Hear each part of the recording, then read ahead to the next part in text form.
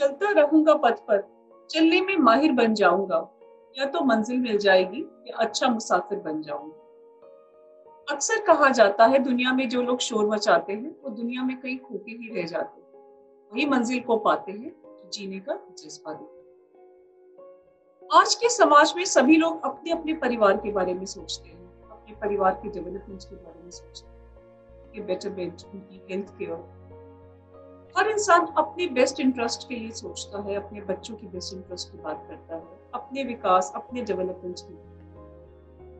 लेकिन हम सब में से कुछ चंद लोग ऐसे भी होते हैं जब वो अपने बारे में सोचते हैं, अपने साथ साथ उस समाज के बारे में जरूर सोचते हैं जिस समाज में वह रह रहे हैं। जब वो अपने बेस्ट इंटरेस्ट के बारे में सोचते हैं तो वो समाज के बारे में जरूर सोचते हैं जिस समाज ने उनको वो अस्तित्व दिया।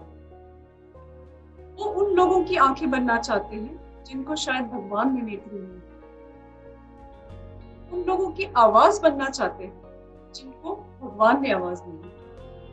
वे उन लोगों का विकास चाहते हैं जिनको समाज छोड़ चुका है या जिनको समाज स्वीकारना ही नहीं चाहता। उन लोगों को आशा की किरण दिखाते हैं जिनको शायद सूर्य की किरण भी देखने को नसीब नहीं। गर्व के साथ आज मैं अपने इस शो में उनको आमंत्रित करूंगी। बहुत ही गर्व के साथ उनकी हर अचीवमेंट को आज हम एडमायर करेंगे। मैं भारती रायना आज अपने शो और प्रिंट राइट पे आमंत्रित करती हूँ सब इंस्पेक्टर किरण सेठी जी।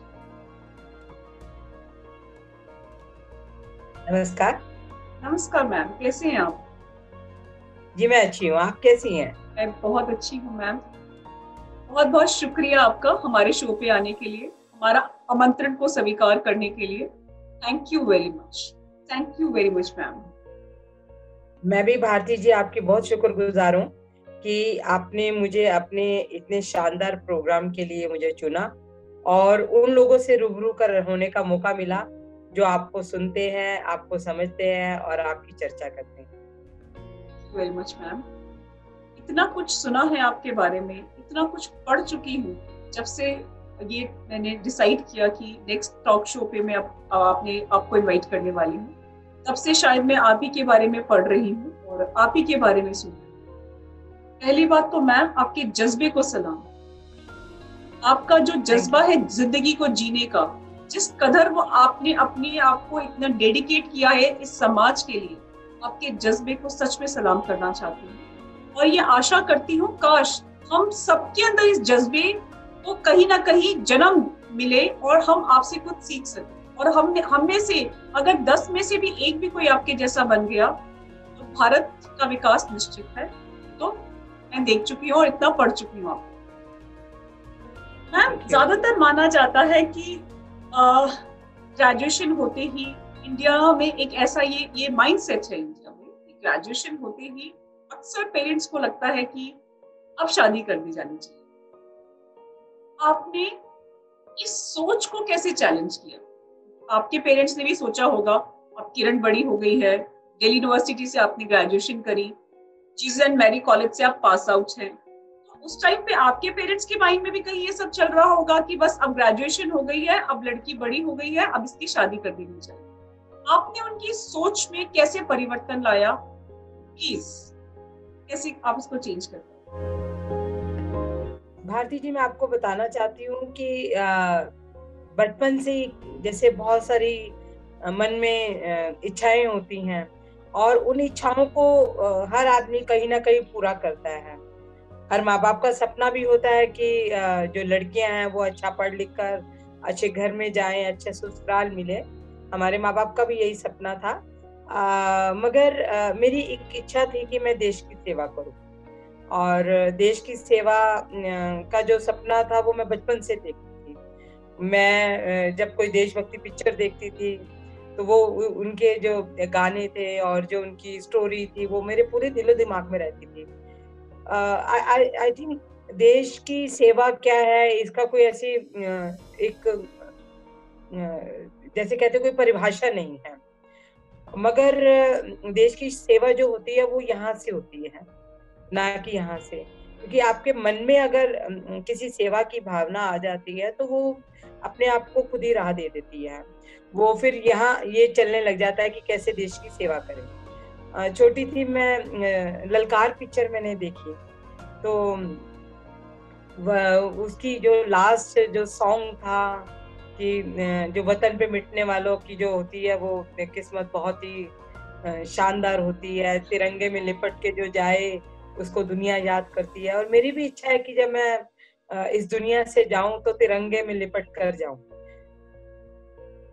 तो ये मेरी इच्छा पूरी हो, और मैं भगवान से सुबह शाम ये प्रार्थना भी करती हूँ कि ऐसे अच्छे काम करूं जिससे क्या नाम है, मैं अपने देश का नाम, अपने समाज का नाम, अपने परिवार का नाम, अपने गुरुओं का नाम कर सकूं। पिक्चर में मैंने देखा कि जो माला सिन्हा थी वो बॉर्डर पे जो सिपाही हैं, अगर वो घायल हो जाते तो उनकी सेवा करती। तो मेरे मन में भी आया कि मैं भी बड़ी होकर नर्स बनूंगी और देश के जितने जवान अगर बॉर्डर पे हैं मैं वहां पे जाकर उनकी सेवा करूं। तो मगर जब धीरे धीरे बड़ी होती गई और स्कूल कॉलेजेस के बाद मेरे वैसे तो स्कूल टाइम में ही मैं बहुत सारे ड्रामा पार्टिसिपेट वगैरह करती रहती थी। तो मेरी टीचर थे शिव कुमार कोहली, और उनके पास मैंने जाकर जूडो करना शुरू किया और अभी वो मेरा बिल्कुल मार्गदर्शन करते हैं। तो उन्होंने मेरी इस एबिलिटी को पहचाना जब मैंने मेडल जीतने शुरू किए और मेरा अखबारों में नाम आना शुरू हुआ। तो उन्होंने मुझे कहा कि पुलिस ज्वाइन कर लो। तो मुझे लगा कि ठीक है, ये भी बात ठीक है। तो मैंने पुलिस को ज्वाइन कर लिया और उन्होंने मेरी शक्ति को पहचाना। देखिए, आज एक लड़की को लोग हमेशा कमजोर समझते हैं, आज भी, जबकि ये सदियों से माना जाता है। आप आज लड़की जो है जहाज चला रही है, वो अंतरिक्ष पे जा चुकी है, मगर फिर भी उसको कहीं ना कहीं कमजोर माना जाता है। तो मैं मैं क्या, जो मेरे जैसी और कितनी लड़कियां हैं जो सेना के आगे चलती हैं। अभी आपने देखा था 26 जनवरी पे सेना को लीड कर रही थी। तो गर्व की बात है कि महिलाएं कहीं ना कहीं आगे हैं, मगर एक जो सोच है लोगों की, उस सोच को हम बदलना चाहते हैं कि महिलाएं भी कहीं कमजोर नहीं, बराबर की नौकरी करती हैं, आज अंतरिक्ष पे जा रही हैं, या ट्रेन चला रही हैं, या पायलट बनी हुई हैं, आईपीएस ऑफिसर हैं, या मुझ जैसी कई ऑफिसर टीचर्स हैं। तो फिर भी उन्हें कमजोर ना समझा जाए। तो इस चीज को बदलने की एक सोच रखी मैंने, और तभी मुझे आज लोग किरण से नाम से कम और लेडी सिंघम के नाम से ज्यादा जानते हैं। और इसके लिए बहुत, जिस तरह से हम एक मेहनत होती है उसको भी बहुत किया है। और कहते हैं ना, मेहनत का फल जो होता है वो बहुत मीठा होता है और उसका स्वाद भी बहुत उम्र तक रहता है। तो मैं बिल्कुल अच्छा लगता है ये सब। मैम, अभी अभी आपने जिक्र किया लेडी सिंघम का, कि अब मैंने जी जितना आपके बारे में पढ़ा, टाइटल जो लेडी सिंघम है उससे लोग आपको ज्यादा जानते हैं as compare to your name, है ना। जैसे ही लोगों बात करो किरण मैम की, तो लोग पहले बोलते हैं अच्छा वो लेडी सिंघम। तो ज्यादा सुनना क्या अच्छा लगता है आपको, अपना टाइटल या अपना नाम जो आपके माँ बाप ने दिया था किरण? क्योंकि आज की डेट में लोग आपको किरण कम बुलाना पसंद करते हैं, लेडी सिंघम का जो एक आपको टाइटल दिया गया है उससे ज्यादा पहचानना पसंद करते हैं। आपको क्या अच्छा लगता है? नाम तो दोनों ही अच्छे लगते हैं। देखिए भारती जी, आप देखिए, मैं जो आज जिस मुकाम पे पहुंची हूँ वो किरण से ही तो पहुंची हूँ। और माँ बाप का दिया हुआ नाम तो पसंद है ही है, मगर जो दुनिया ने भी दिया है वो नाम भी पसंद है। मुझे दोनों नाम से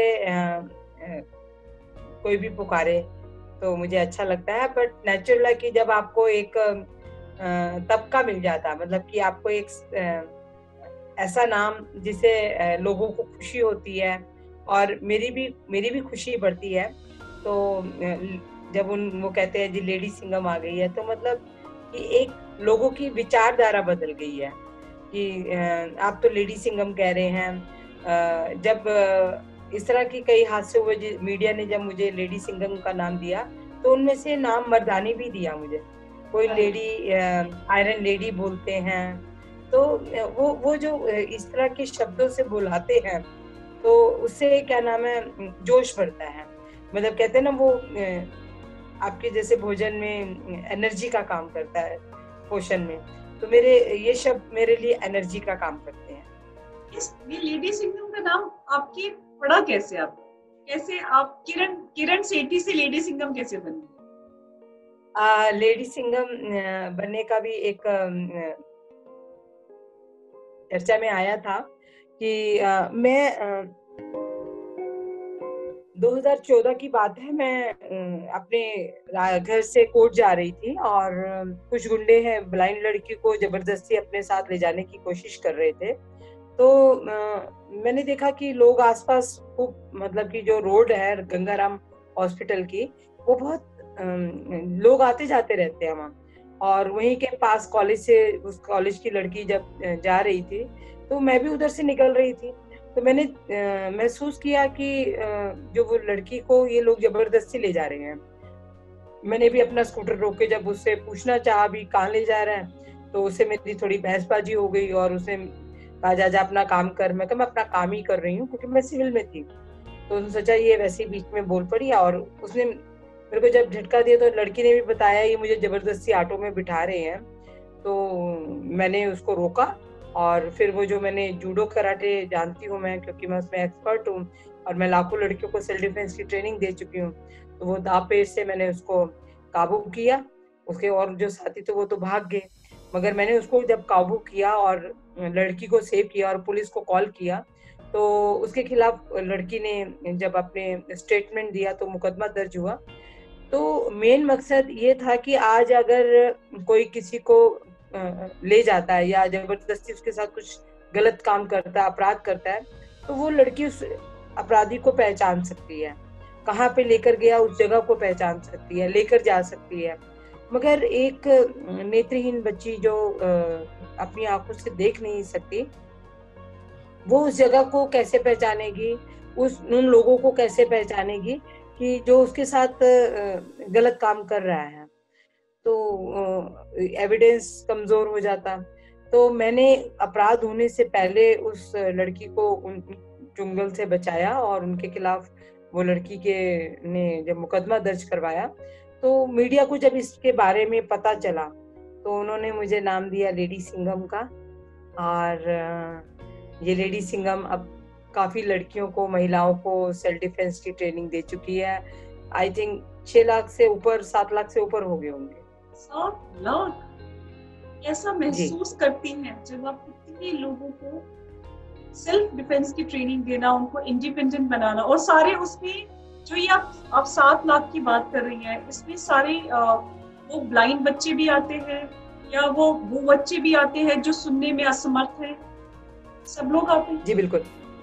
आप थोड़ा आप बताएं कि आप किन किन को ट्रेनिंग देती हैं, किस तरह से ट्रेनिंग, आप ट्रेनिंग को प्लान कैसे करती हैं कि अब मुझे ये उन बच्चों को देना है जो सुनने में असमर्थ है, या उन बच्चों को देना है जो देखने में असमर्थ है? किस तरह से पूरा प्लान करती हैं? देखिए, मैं ये जितनी भी ट्रेनिंग देती हूँ अपने दिल्ली पुलिस के बिहाफ देती हूँ, और ये जो ट्रेनिंग मैं उनको देती हूँ, मैं अपनी ड्यूटी के साथ साथ, ऐसा नहीं है मैं सिर्फ सेल्फ डिफेंस की ट्रेनिंग देती हूँ, मैं रेप और POCSO cases, dowry cases, women के ऊपर होने वाले जो अत्याचार हैं, तो उनकी केसेस की भी इन्वेस्टिगेशन करती हूँ। और उसके अलावा जो मुझे समय मिलता है, तो मैं अपने दिल्ली पुलिस के बिहाफ डिफरेंट स्कूलों, कॉलेजेस में जाकर उन लड़कियों को ट्रेनिंग देती हूँ। और उनका जो क्लास शेड्यूल होता है स्कूल के और कॉलेज के हिसाब से होता है। और उसके अलावा जो एनजीओज हैं देश की हमारी मानी हुई, उनके साथ उनकी रिक्वेस्ट आती है कि हम इस जगह लगाना चाहते हैं, इस जगह लगाना चाहते हैं, जैसे सोसाइटीज में लगवाना है, तो वहाँ पे भी है।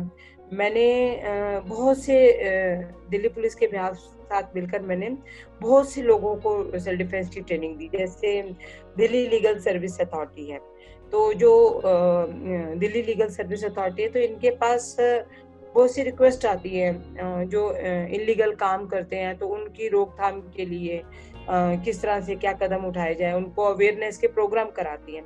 तो उसके साथ साथ वो सेल्फ डिफेंस की ट्रेनिंग भी मैंने उनके थ्रू दी।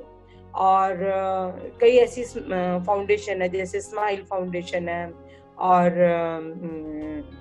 उम्मीद फाउंडेशन है, जो इन एयरफोर्स, हमारी इंडियन एयरफोर्स की वाइफ जो है इनको चलाती है। इसमें स्पेशली सबसे मेंटली और फिजिकल चैलेंजिंग बच्चे हैं, उनको मैं ट्रेनिंग देती हूँ। और मैं खुद भी जाकर जो ऐसी यूनिट्स हैं होटल्स की, जैसे जहाँ पे 5 स्टार होटल है, वहाँ पे जो वर्किंग गर्ल्स हैं, तो उनके साथ कोई ऐसा हादसा ना हो, उनको जाके मैं ट्रेनिंग देती हूँ। बहुत बड़ी बड़ी कॉर्पोरेट कंपनियां हैं, उनके यहाँ जो लड़कियां काम करती है, महिलाएं काम करती है, डे नाइट्स की ड्यूटी करती हैं, उनको मैं सेल्फ डिफेंस की ट्रेनिंग देती हूँ, खुद जाती हूँ। और डॉक्टर्स हैं, जो हॉस्पिटल्स में डॉक्टर हैं, कई बार डॉक्टर्स को भी ये लगता है कि जो पेशेंट है वो कई बार हाइपर हो जाते हैं, या लोग हैं किसी झगड़े को लेकर उब लेते हैं। नहीं तो कई बार क्या होता है, जैसे डॉक्टर अकेले हैं और उनको उनके साथ कोई बदतमीजी कर ले, वो भी कहीं आती जाती हैं, तो वहां पे जाकर मैं ट्रेनिंग देती हूँ, हॉस्टल्स में जाती हूँ। और इसके अलावा जो हमारी दिल्ली पुलिस की वेलफेयर, फैमिली वेलफेयर सोसाइटी है, जिनकी अध्यक्षा हमारी पुलिस कमिश्नर साहब जो होते हैं, उनकी पत्नी हैं, जो वाइफ हैं, वो संभालती हैं। तो मैं उनकी डायरेक्शंस पर जितनी भी हमारी पुलिस फैमिलीज की कॉलोनी है, जहाँ पे हमारी पुलिस फैमिली रहती है, या वो प्राइवेट भी रहते हैं, मगर वो चाहे तो उसको मतलब कॉलोनी में आते हैं और उस क्लासेस को ज्वाइन करते हैं। तो मैंने उन महिलाओं को भी सेल्फ डिफेंस की ट्रेनिंग दी। जैसे हमारे पुलिस वाले ड्यूटी पर हैं, मगर उनकी वाइफ तो विदाउट वर्दी रहते हैं, अगर या उनके बच्चे कहीं आते जाते हैं, उनके साथ कोई शारीरिक शोषण ना हो, तो इसलिए उनको भी सेल्फ डिफेंस की बहुत जरूरत है, उनको भी हम सेल्फ डिफेंस की ट्रेनिंग देते हैं। और तो और जो आप ये देखते हैं सेंट्रल ब्यूरो ऑफ इन्वेस्टिगेशन, जिसे इतने गर्व के साथ जहाँ पे ये नाम लिया जाता है, तो वहाँ की भी जो फैमिलीज हैं, वहाँ के सीबीआई के डायरेक्टर साहब और उनकी वाइफ ने वहाँ पे कैंप लगवाया, तो मैंने वहाँ पे भी 2 साल के करीब सेल्फ डिफेंस की ट्रेनिंग दी। और ये तो आपको स्टेट लेवल दिखता है, अभी मेरे स्टेट में मैं रहती हूँ, और मैं इवन देन मुझे चंडीगढ़ में भी बुलाया गया, और चंडीगढ़ में भी मैंने जाकर वहाँ पे हजारों लड़कियों को सेल्फ डिफेंस की ट्रेनिंग दी। और मैंने बहुत अच्छा वहाँ पे पंजाब यूनिवर्सिटी के अंदर, चंडीगढ़ यूनिवर्सिटी के अंदर डेमोन्स्ट्रेशन जब दिया, तो वहाँ पे हमारे पंजाब के गवर्नर साहब BS बदनौर साहब और मेंबर ऑफ पार्लियामेंट मिसेस किरण खेर थी, और हजारों की तादाद में हमारे पुलिस ऑफिसर्स और बच्चे थे, वहाँ के जो यूनिवर्सिटी के लोग थे, फैमिली थी। तो वो जब उन्होंने डेमोन्स्ट्रेशन दिया, कि देखा कि इतना अच्छा हुआ, तो उसके लिए उन्होंने मुझे सम्मानित भी किया। और हमारे दिल्ली पुलिस के कई ऐसे प्रोजेक्ट हैं, जैसे युवा प्रोजेक्ट है, और हिम्मत प्रोजेक्ट है, सशक्ति प्रोग्राम है। तो इसमें जैसे हम ये एक प्रोग्राम हमारा था, अब नहीं है डरना, तो इसमें इसमें क्या था, हमारे जो पूर्व गृह मंत्री राजनाथ सिंह साहब, जो अब हमारे डिफेंस मिनिस्टर हैं, वो वहाँ पे हमारे प्रोग्राम के चीफ गेस्ट थे। Member of parliament Meenakshi Lekhi ma'am थी, और विधायक थे, तो और मेयर थी। तो कई लोग वहाँ पे आए, जहाँ पे हजारों बच्चों का एक साथ जब मैंने डेमोन्स्ट्रेशन दिया, तो वो एक मंजर देखने वाला था कि इतनी हजारों लड़कियां एक ही कमांड पर डेमोन्स्ट्रेशन दे रही हैं। तो उस समय हमारा नाम लिम्का बुक ऑफ रिकॉर्ड में दर्ज हुआ। तो मेरे लिए बड़े गर्व की बात थी कि जो चीज मैंने सिखाई है, और जो मैं ये सब चीजें कर रही हूँ, और दुनिया उसको देख रही है। तो मैं इन हजारों लड़कियों को सब, जब मैं ट्रेनिंग दे रही थी, तो राजनाथ सिंह साहब ने मुझसे पूछा, भी आप इतने सारे बच्चों को कैसे संभाल लेती हो, और एक ही कमांड पर इतने जोश के साथ इतनी लड़कियां जब वो डेमोन्स्ट्रेशन दे रही थी, तो कह रहे थे मेरे छाती में भी मुझे गर्व हो रहा था। और आप मानेंगे कि उन्होंने इतनी अच्छी वुमेन्स डे था उस दिन, इंटरनेशनल वुमेन डे, तो और उनको इतना अच्छा लगा, और उनकी अपनी जो स्पीच में जोश था देखने वाला, वो हमारा भी हौसला बढ़ा रहा था। और मेरी तो इच्छा है कि जिस तरह से हजारों की तादाद में मैंने अपने माननीय गृह मंत्री साहब और जिसमें हमारे पुलिस कमिश्नर साहब और कई तादाद में आईपीएस ऑफिसर और बच्चे, प्रिंसिपल, एजुकेशन डिपार्टमेंट, यूनिवर्सिटी के डिपार्टमेंट, ये लोग आए, तो वो गर्व के पल मैं आज भी नहीं भूल पाती। और मेरी इच्छा है कि मैं इस तरह का एक बड़ा शानदार प्रोग्राम देश के लिए, ये तो मेरी स्टेट के लिए था, देश के लिए करूं, जहाँ पे हजारों लड़कियां एक साथ खड़ी होकर सेल्फ डिफेंस का जब शो दें, तो एक पेरेंट्स, हर पेरेंट्स, जैसे एक पेरेंट्स कहता है ना, बच्ची रात को समय बाहर जाती है तो कहते नहीं नहीं अकेले नहीं जाना, भाई को साथ लेकर जाओ, पापा के साथ जाओ, मैं या साथ चलूंगी। तो उस समय लड़की अपने आप को बहुत कमजोर मानती है। तो मैं ये चाहती हूँ कि एक दिन ऐसा आए कि घर से अगर भाई कहीं बाहर काम से जाए और माँ ये कहे कि अपनी बहन को साथ लेकर जा, ठीक है ना। तो वो जब इस तरह सा आप लड़कियों में जोश भरेंगे, आप कभी जिस तरह से आप मेरा नाम किरण सेठी और लेडी सिंघम डाल रहे हैं, अगर गूगल में सर्च करें तो हजारों लड़कियां जब एक साथ शो देती हैं, और तो वो बहुत ही एक शानदार मतलब मंजर होता है। लड़कियों के अंदर जो एक मानसिक रूप से कमजोरी आ चुकी है कि हमें, आप देखिए आज चाहे आप कितनी भी एडवर्टाइजमेंट कर लेते हैं, आप कितना भी काउंसलिंग कर लें, मगर जब आप सोचते हैं कि जो गर्भवती महिला है उसके पेट में लड़की है, तभी भ्रूण हत्या रोकी गई, ठीक है, तो तब एक पूरे परिवार में एक उदासी सी छा जाती है कई कई जगह। और जहाँ लड़कियों की शादी होती है, अगर वहां पे वो किसी रूप से परेशान हो जाती है तो माँ बाप के मन में भी एक उदासी सी आ जाती है। मैं ये कहती हूँ कि अगर आप अपने आप को कमजोर मानेंगे तो आपको हर एक आदमी दबाएगा। आज भी देखिए कोई लड़का रोता है तो माँ ये कहती है क्या लड़कियों की तरह रो रहा है, मतलब क्या सिर्फ लड़कियां ही रोती हैं? तो इस सोच को मैं बदलना चाहती हूँ, जितनी मेरी कोशिश है। मैं ये चाहती हूँ कि लड़कियां जब जीवन में हर एक सफलता को प्राप्त कर रही हैं तो उन्हें कमजोर क्यों माना जाता है? उन्हें किसी भी रूप से कमजोर ना माना जाए और हर पल एक महिला का आदर किया जाए और उसको मान सम्मान दिल से दिया जाना चाहिए। ये नहीं है कि वो किसी ओहदे पे है तो उसको मान सम्मान मिले। वो अगर एक आम औरत भी है और या एक घरेलू औरत है या कोई ऐसी जगह काम कर रही है, उसको भी उतना ही सम्मान मिलना चाहिए जितना कि एक ओहदे पे बैठी और एक पर्सनैलिटी को सम्मान मिलता है। बहुत ही अच्छी बात है। सिर्फ ओहदे को सलाम नहीं होना चाहिए, रिस्पेक्ट दिल से होनी चाहिए। आपकी वाइफ किसी कंपनी की डायरेक्टर है, आपकी वाइफ आईपीएस ऑफिसर है, आपकी वाइफ कोई पोजीशन रखती है, तभी आप उसका सम्मान करेंगे और तभी आप उसको वाइफ मान के उसका करेंगे। तो आप बिल्कुल, आपकी बात से एग्री करती हूँ और बहुत खुशी मेरे को महसूस हुई। मैम, अभी अभी आपने बोला लाखों लड़कियां आपकी एक आवाज पर, कमांड पर पूरा एक्शन परफॉर्म करती है।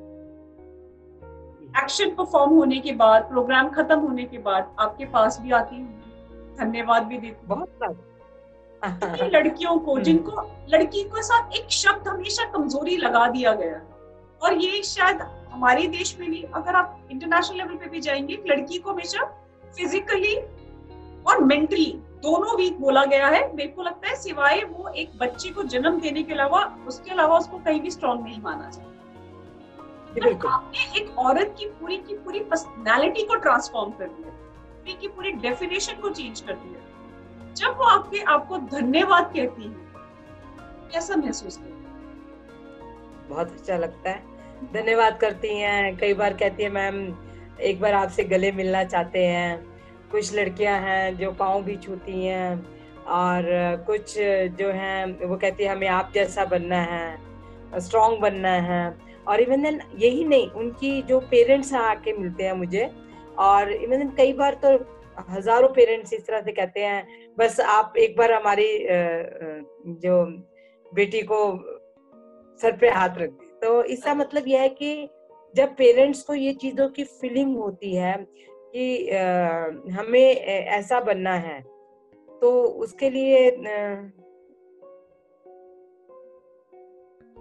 Hello. Yes ma'am, please continue ma'am. तो जब पेरेंट्स को ऐसा लगता है तो नेचुरल है कि वो एक विश्वास आ जाता है। और मैंने कई बार देखा है, जब मैं क्लास कराने जाती हूँ और जब मैं फर्स्ट क्लास लेती हूँ, तब बच्चों के चेहरे और होते हैं। और जब मेरी ट्रेनिंग होती है और ट्रेनिंग के बाद बच्चों का जोश ही और होता है। उनके स्कूल के, जैसे स्कूल के प्रिंसिपल है, कॉलेज के प्रिंसिपल है, या वहाँ पे जो सोसाइटी से रन करते हुए लोग हैं, वो बहुत खुश होते हैं। अब आप देखिए, जहाँ ट्रेनिंग वाली बात आई, जब ब्लाइंड लड़की को गुंडे उठा के ले जा रहे थे, तो मैंने दिमाग लगाया कि मैं इन लड़कियों को ट्रेनिंग क्यों ना दूं। अगर मैं इनको ट्रेनिंग दे दूं तो ये तो अपनी सेफ्टी खुद ही कर सकती हैं। तो मेरे जो टीचर शिव कुमार कोहली हैं, इन्होंने ब्लाइंड लड़कियों को 1984 में ही सेल्फ डिफेंस की ट्रेनिंग दे दी थी। तो मैंने कहा थोड़े टिप्स इनसे भी लें।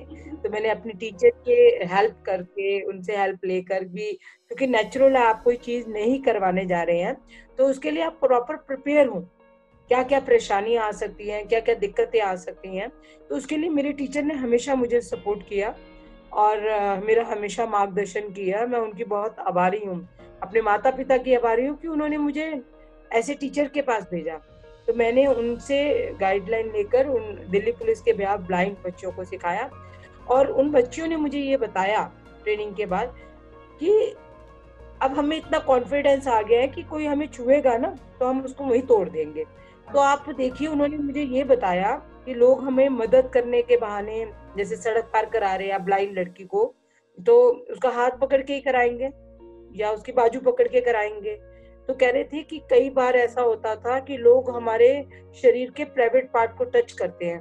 तो अब उन्होंने कहा कि आप कोई हमें टच करेगा तो मैं ये कोनी मारूंगी जो आपने सिखाई है। तो इसमें आप, एक जो बच्चा देख भी नहीं सकता और वो बच्चा अगर आपको ये बोल रहा है, तो इससे बड़ी और कोई बात नहीं है। इवन देन मैं आपको ये बता दूं कि मेरा एक रिकॉर्ड है कि जो जो मुस्लिम गर्ल्स हैं वो बुर्के में रहती हैं, और उनको उनको भी ज्यादा इजाजत नहीं होती कि ज्यादा बाहर आए जाए। और मैंने दिल्ली 6 में बहुत सी ऐसी लड़कियों को ट्रेन किया जो घरों से भी ज्यादा बाहर नहीं निकलती। तो वो बताती थी कि जैसे हम हिजाब में रहते हैं या बुर्के में रहते हैं, पर्दे में, तो मार्केट में जाते हैं, छोटी बच्चियां हैं, वो बताती थी कि लोग उनके पीछे चिपकने की कोशिश करते हैं। मतलब कि आप भी देखते हैं, जहाँ भीड़ वाले इलाके में कोई औरत कोई सामान खरीद लिया या कुछ है, तो कुछ लोग जो बदमाश होते हैं या गंदी नीयत के होते हैं, वो महिलाओं के पीछे जाके चिपक जाते हैं, अपने प्राइवेट पार्ट को उनके प्राइवेट पार्ट से टच करते हैं। तो ऐसे समय में या तो वो लेडी अपनी जगह को छूट देगी या डांट देगी, बदतमीज, तमीज से खड़ा हो, ढंग से नहीं खड़े हो सकते, ऐसे ही तो बोलते हैं। तो ऐसे टाइम में क्या अटैक करना चाहिए, जब बच्चों को बताया। और जब उनका अमेरिका से आए हुए लोगों ने इंटरव्यू लिया, बेनार न्यूज करके एक थी, उन्होंने डॉक्यूमेंट्री बनाई और यूट्यूब पे और इन पे गूगल पे भी ये वो डॉक्यूमेंट्री है। तो उन्होंने बताया कि जब लोग उनकी बच्चियों के इंटरव्यू में उन्होंने बताया कि जब हमने ये सेल्फ डिफेंस सीख लिया और हम फर्स्ट सेकंड तो कॉन्फिडेंस आ गया, तो मार्केट में मम्मी के साथ गई थी और उनकी जो बच्ची के पीछे एक अंकल आके चिपक गए, तो उसने कहा हट पीछे। तो जब कहती मैंने इतनी जोर से मारा तो मेरी मम्मी और मेरी बहन में भी जोश आ गया कि आपको इस तरह से मारेगा करेगा तो हम मारेंगे। तो देखिए बच्चों का जोश। तो उन्होंने पूछा ये तुझे कैसे आया, तो उन्होंने बताया कि मैडम सिखाती हैं। तो उनको पहली बार लगा कि हम महिलाएं भी सेफ हैं, मतलब कि माँ को ये लगा कि लड़कियां मेरे साथ है और मैं सेफ हूँ। तो उन्होंने कहा मैं भी इनका सीख के करूंगी।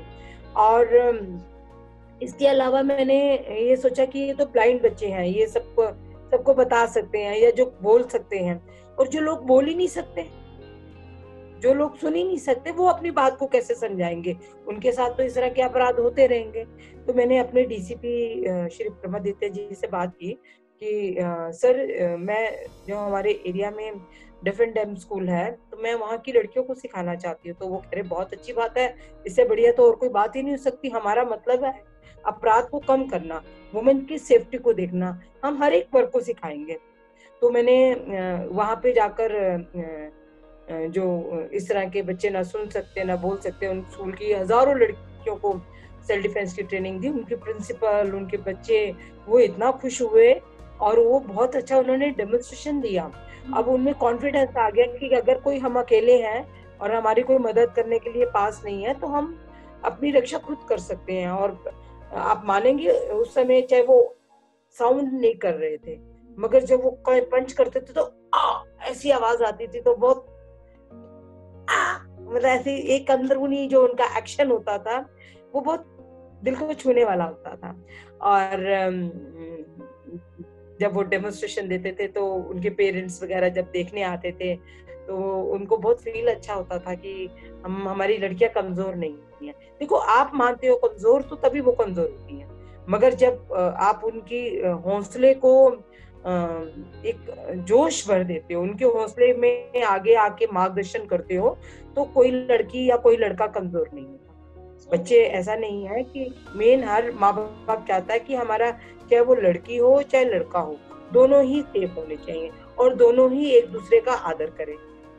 और फिर जब मैंने ये देखा कि ये तो बोल सकते नहीं बोल सकते और ये लिखकर बता देंगे, अगर बोल नहीं सकते अपने इशारे से बता देंगे, मगर वो बच्चे जो ना बोल सकते हैं ना सुन सकते हैं मगर दिमागी रूप से भी कमजोर हैं, जिन्हें मेंटली एंड फिजिकल चैलेंजिंग बच्चे कहा जाता है, जो मतलब कि दूसरों पे ही पूरे रूप से डिपेंड है, उन बच्चों को अगर कोई सेक्सुअल हरास करता है तो वो बच्चे किस तरह से अपना डिफेंस करेंगे।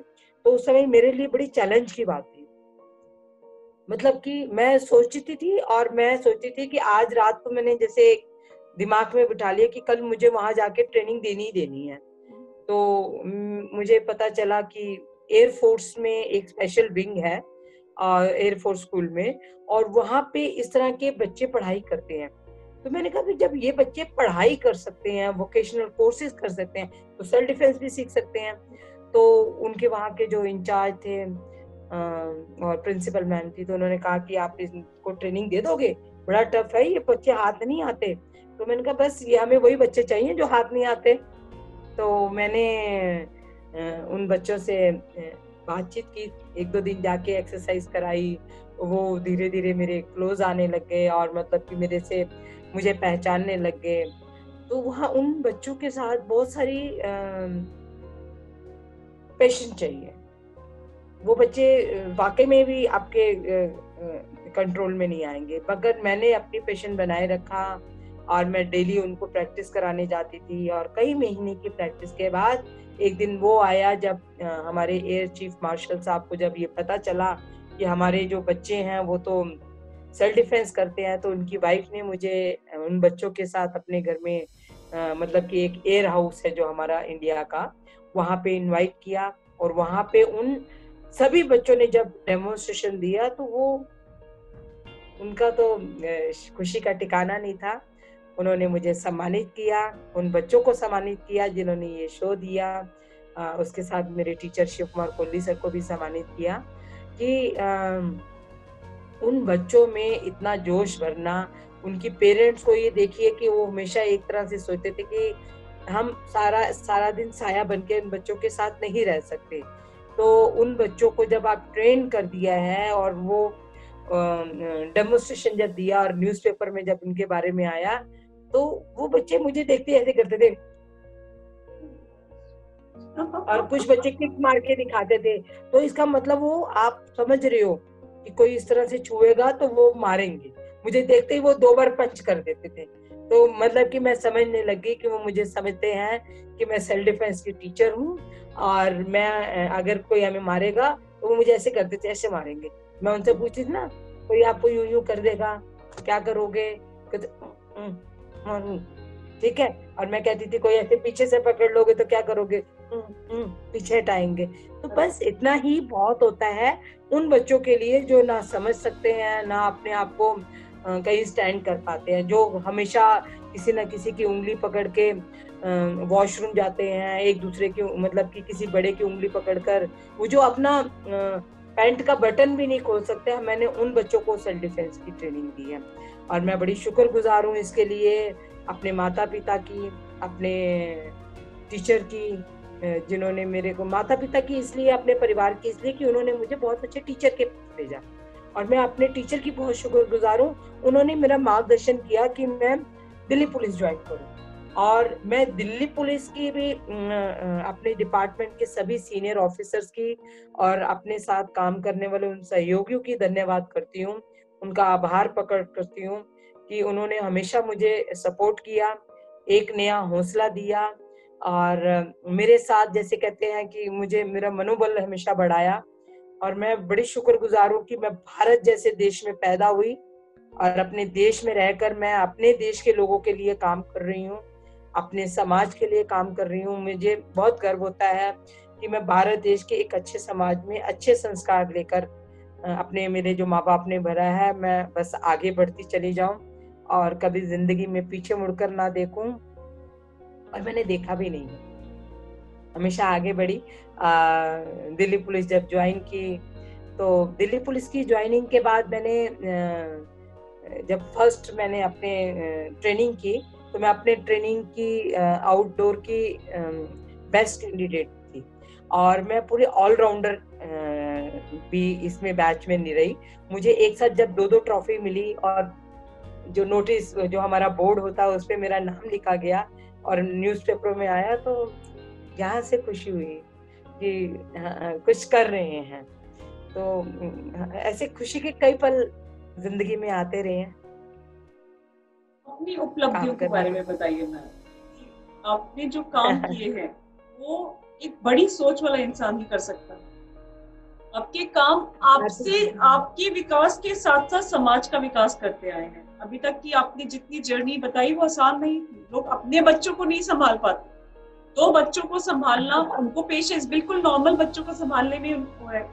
आपने अपंग बच्चों को संभाला है, जो जो जिनकी सोच काम नहीं करती, जिनके हाथ पैर काम नहीं करते, जो दूसरों की उंगली पकड़े बिना शायद उठ भी नहीं सकते। आपने उन बच्चों को सहारा दिया है और उनको सिखाया है। सिखाना आसान नहीं है। ये उपलब्धियां हैं आपकी, लेकिन इन उपलब्धियों के अलावा भी आपकी आई एम श्योर आपकी बहुत सारी उपलब्धियां रही होंगी। प्लीज जर्नी शेयर कीजिए हमारे साथ। भारती जी, देखिए, मैं सबसे ज्यादा तो आभारी हूँ अपने देश के प्रति, अपने समाज के प्रति, अपने माता पिता के प्रति, अपने दिल्ली पुलिस के जो डिपार्टमेंट है उनके सभी, चाहे वो सीनियर ऑफिसर है, मेरे लेवल के हैं या मेरे से छोटे हैं, वो उन सब की मैं बहुत आभारी हूँ। अपने गुरु शिव कुमार कोहली सर की बहुत आभारी हूँ, उन्होंने हमेशा मेरा मार्गदर्शन किया, और अपने स्कूल और कॉलेज टीचर्स की भी बहुत आभारी हूँ, उन्होंने हमेशा मुझे सपोर्ट किया। आप मैं जब छोटी थी तो मेरे हाथ पर गरम-गरम पानी गिर गया था और मेरा पूरा हाथ जला हुआ है। तो उस जले हाथ के समय मेरे टीचर मुझे बहुत सपोर्ट करते थे। मतलब कि मैं बहुत फिजिकली अपने आप को वीक समझती थी कि मेरा हाथ जला हुआ है। मगर उन्होंने हमेशा मुझे मोटिवेट किया, तो मैं उन टीचर्स को भी आज यहाँ बैठ के सैल्यूट करती हूँ। उन्होंने हमेशा मुझे मेरे अंदर एक जोश बनाए रखा, और जो भी इस तरह से मेरी योग्यताओं में मेरे साथ रहे, मेरे इस हमसफर में हमेशा मुझे मोटिवेट किया, तो मैं उन सब की बहुत आभारी हूँ। मगर मेरी योग्यताओं को जो एडमायर जिन्होंने मुझे किया है, मुझे आगे बढ़ने का मौका दिया है, मेरी उपलब्धियां तो वहीं से शुरू हो गई हैं। मेरे को जो सम्मान मिला है उसका कोई दिन, महीना और ये सब चीजें नहीं है। तो बहुत सारी चीजें हैं, जैसे मैं स्कूल में जब कोई गेम करती थी तो मुझे हमेशा एक अवार्ड मिलता था कि कुछ ना कुछ करती थी।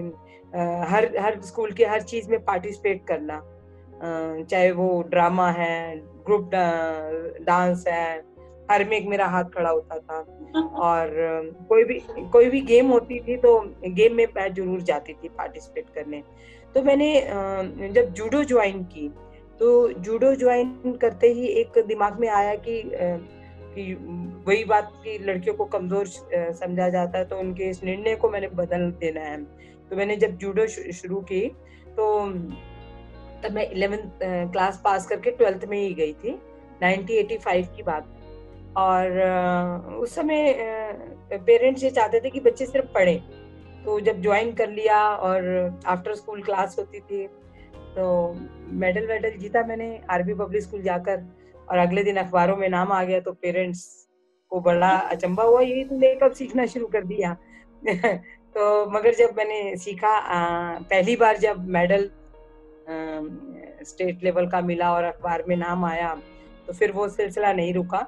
और फिर उसके बाद मैंने अपने कॉलेज में बहुत सारे कंपटीशन जीते और गोल्ड मेडल लेकर आई, अपनी कॉलेज जेसेस एंड मेरिट का नाम किया। और फिर उस दौरान मेरी दिल्ली पुलिस में भर्ती हो गई। तो दिल्ली पुलिस में रहकर जब मुझे पहला इनाम ये मिला कि मैं अपने बैच की ऑलराउंडर रही और आउटडोर में फर्स्ट रही, तो फिर वो सिलसिला इतना चलता रहा कि मैंने कंटिन्यू अपनी ट्रेनिंग के बाद एक नया काम किया, क्योंकि मैं ब्लैक बेल्ट हो चुकी थी सेल्फ डिफेंस जूडो में, और कराटे में करती थी, ताइक्वांडो मैंने किया हुआ है, और मैं कोरियोग्राफर हूँ एरोबिक्स की। मैंने फर्स्ट टाइम इंट्रोड्यूस किया एरोबिक्स को रिपब्लिक डे में। तो ये सब चीजें मैंने अपने दिल्ली पुलिस के बिहाफ की। और मैं अपने दिल्ली पुलिस की अकेली ऐसी लड़की थी जो लड़कों को सेल्फ डिफेंस की ट्रेनिंग दी थी। तो आप ये देखिए कि जहाँ पुरुषों को इतना कहा जाता है कि ये बलशाली हैं, शक्तिशाली हैं, और लड़कियां कमजोर होती हैं और नाजुक होती हैं, इनसे इनके बस की कुछ नहीं है, और वो लड़की ने जाकर जब उन मैन को सिखाया कि सेल्फ डिफेंस क्या होता है, तो आप अंदाजा लगा लीजिए कि उस समय मेरे लिए कितने खुशी का पल था और लड़कियों के लिए कितना खुशी का पल था। क्योंकि देखो, जो आप काम करते हो वो दूसरों के लिए भी एक एग्जाम्पल बन जाता है।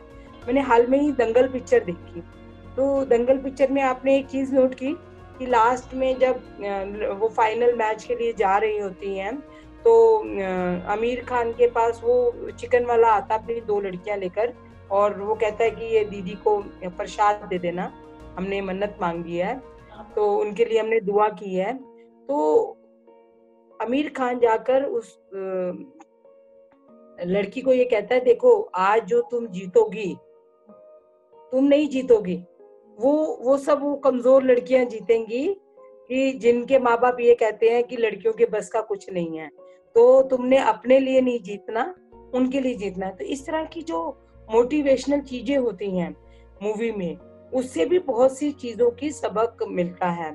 तो वो एक चीजें अपने आप को मोटिवेट करने के लिए बहुत होती हैं। तो मैंने ये सोचा है कि जब हमें हर बार हर तरह से कमजोर समझा जाता है, तो हमें आगे बढ़ना है।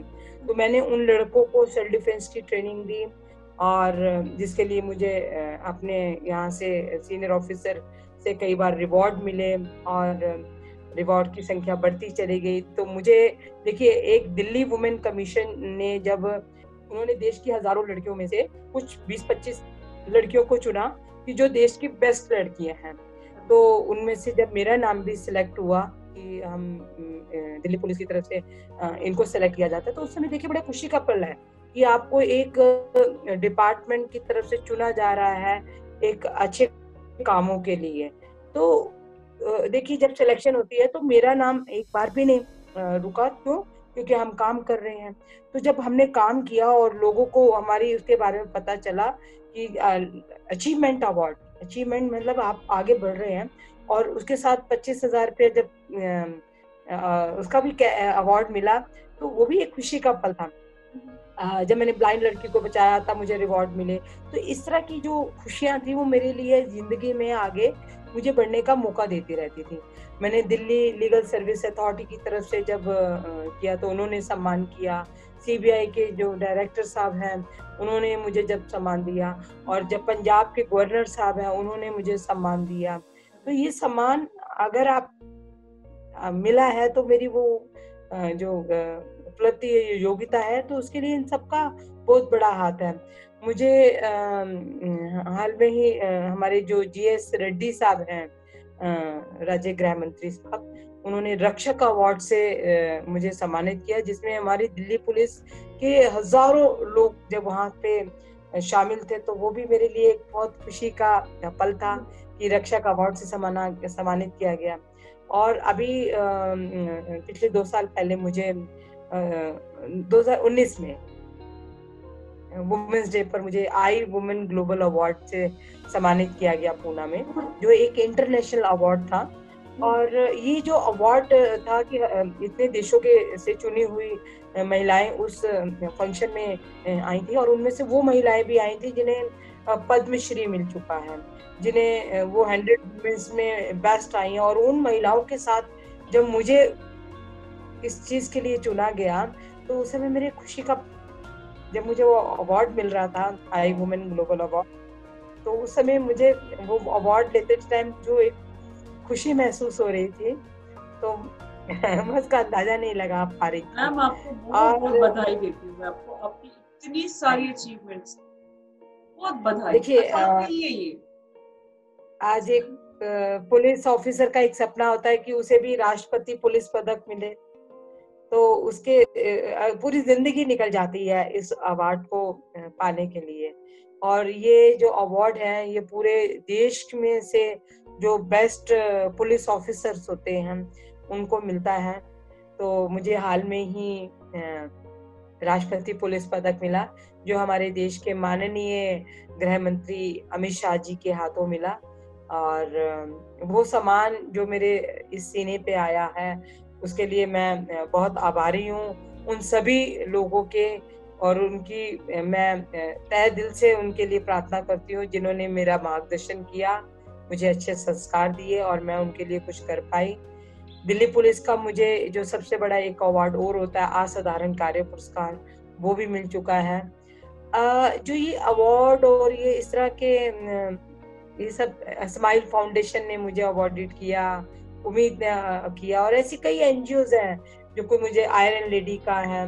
और IBN जब मर्दानी पिक्चर आई थी तो IBN 7 चैनल ने स्पेशली रानी मुखर्जी जब वो आई थी तो उनके साथ हमारा एक बड़ा टॉक हुआ था।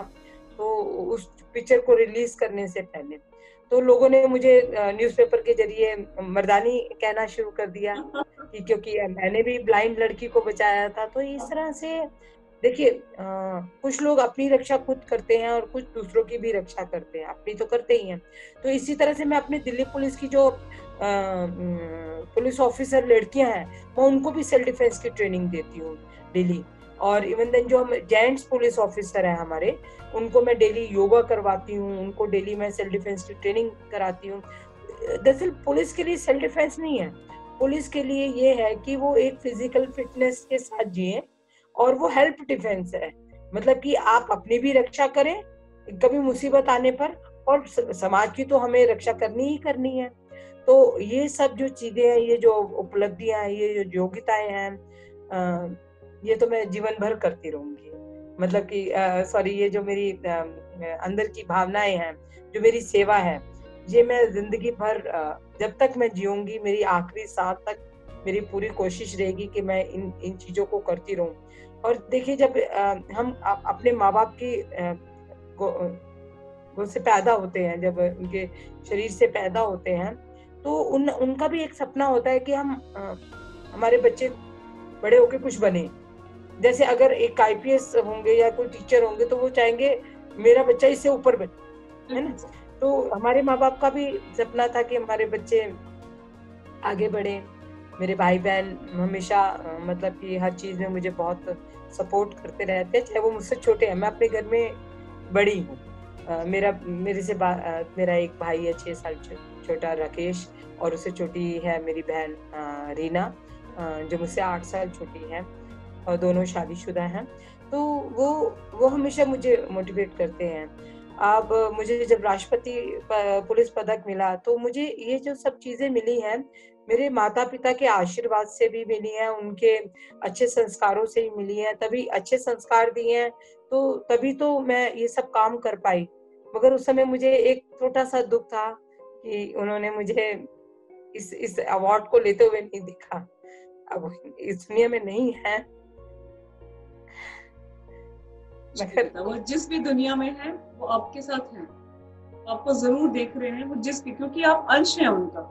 अपने अंश को तो कोई कहीं नहीं छोड़ के जाता, आप अंश हैं उनका, और वो जहां भी है, अभी अभी आपने बोला आप जो कुछ भी है आप उन्हीं के आशीर्वाद से हैं, तो वो जहां भी है दुनिया में उनका आशीर्वाद आपके साथ हमेशा है। ये तो सारी बातें मैम आपकी मुस्कुराहट की हो गई, ये सारी बातें मैम आपके अचीवमेंट्स की हो गई। और अब जिस के बारे में हम बात करने वाले हैं मैम, उसका जिक्र लोग परिवार में तो क्या जबान में लाने से भी डरते हैं। अभी तक तो आपने बताया कि आप किस तरह से ब्लाइंड बच्चों की हेल्प करती हैं, उनको इंडिपेंडेंट बनाती हैं, है ना, अपंग बच्चों की, मेंटली रिटार्डेड बच्चों की हेल्प करती हैं, इतने लोगों की हेल्प कर चुकी हैं। लेकिन एक हाँ, मैंने स्लम एरिया के बच्चों को जितनी जो जहाँ पे देखिए जहाँ जहाँ पे लोग जाना पसंद नहीं करते स्लम एरिया में, या जहाँ पे कहते हैं जी बहुत ही जमीन से जुड़े हुए आर्थिक रूप से कमजोर बच्चे रहते हैं, और उन बच्चों को जाकर जब मैंने सेल्फ डिफेंस की ट्रेनिंग दी तो हजारों की तादाद में, और उन बच्चों को ट्रेनिंग के साथ साथ मैंने पढ़ाई करने के लिए भी मोटिवेट किया।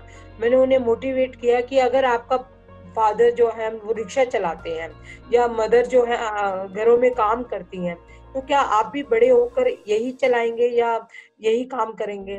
तो उन्होंने कहा नहीं, हम तो कुछ और बनना चाहते। तो मैं उनको ये कहती थी कि आप फिल्मों को देखिए, फिल्मों की तरह बनना चाहते हैं तो उसके लिए फिल्मों में जिस तरह से मेहनत की जाती है तो वैसी जिंदगी को भी आप अपनी मेहनत पे उतारें। तो उनको पढ़ाई के लिए मोटिवेट किया, उनके हुनर को मोटिवेट किया, और उनको पढ़ाई के लिए मैंने स्कूलों में जो भी एडमिशन होते हैं उनके लिए भी मैं उनको सहायता करती रहती थी कि नहीं, ये बच्चे पढ़ेंगे लिखेंगे। और अपने दिल्ली पुलिस की तरफ से मैंने उनके प्रिंसिपल्स की तरफ के पास जा जाके उनके एडमिशन्स कराए, ताकि ये सब ये बच्चे आगे देश का भविष्य बनाएंगे, और नहीं पढ़ेंगे तो फिर बेकार चला जाएगा जीवन। वही बात मैं आपसे कर रही थी। और एक चीज और भी याद आ गई। Yes ma'am, please please. ये तो आपकी जर्नी है मैम, ये पूरी की पूरी जर्नी आपकी, शो ही आपका है पूरा का पूरा। Please ma'am continue. नहीं, जब कुछ बात करते तो कोई बात याद आ जाती है तो आपके साथ शेयर करने का मन कर रहा है। ये टॉक शो है मैम, ये कोई इंटरव्यू नहीं है। ये टॉक शो है जहाँ हम आपकी पूरी जर्नी को डिस्कस करके आपसे कुछ सीखने की उम्मीद रखते हैं। Yes ma'am. क्योंकि हर बात तो एकदम याद नहीं रहती, वो बातों में ही याद आती है। बिल्कुल बिल्कुल। मैंने मतलब कि हर वर्ग को छुआ है। मतलब मैं समाज में रहती हूँ और पुलिस में काम करती हूँ, तो मुझे हर वर्ग की बहुत जानकारी भी रहती है। मैंने उन लड़कियों को भी सेल्फ डिफेंस की ट्रेनिंग दी जिनके भरोसे आप लोग अपना घर छोड़ के चले जाते हैं, अपने बच्चे छोड़ के चले जाते हैं। यानी कि घर में काम करने वाली घरेलू महिला जो आपकी होममेड होती है, जो आपकी घरेलू सहायिका होती है, जो आपके घर में कुछ क्षण रहती है या 24 घंटे आपके साथ रहती है, आपके बच्चों को संभालती है, आपके पेरेंट्स को संभालती है, आपका खाना बनाती है, हर तरह से आपकी देखभाल करती है।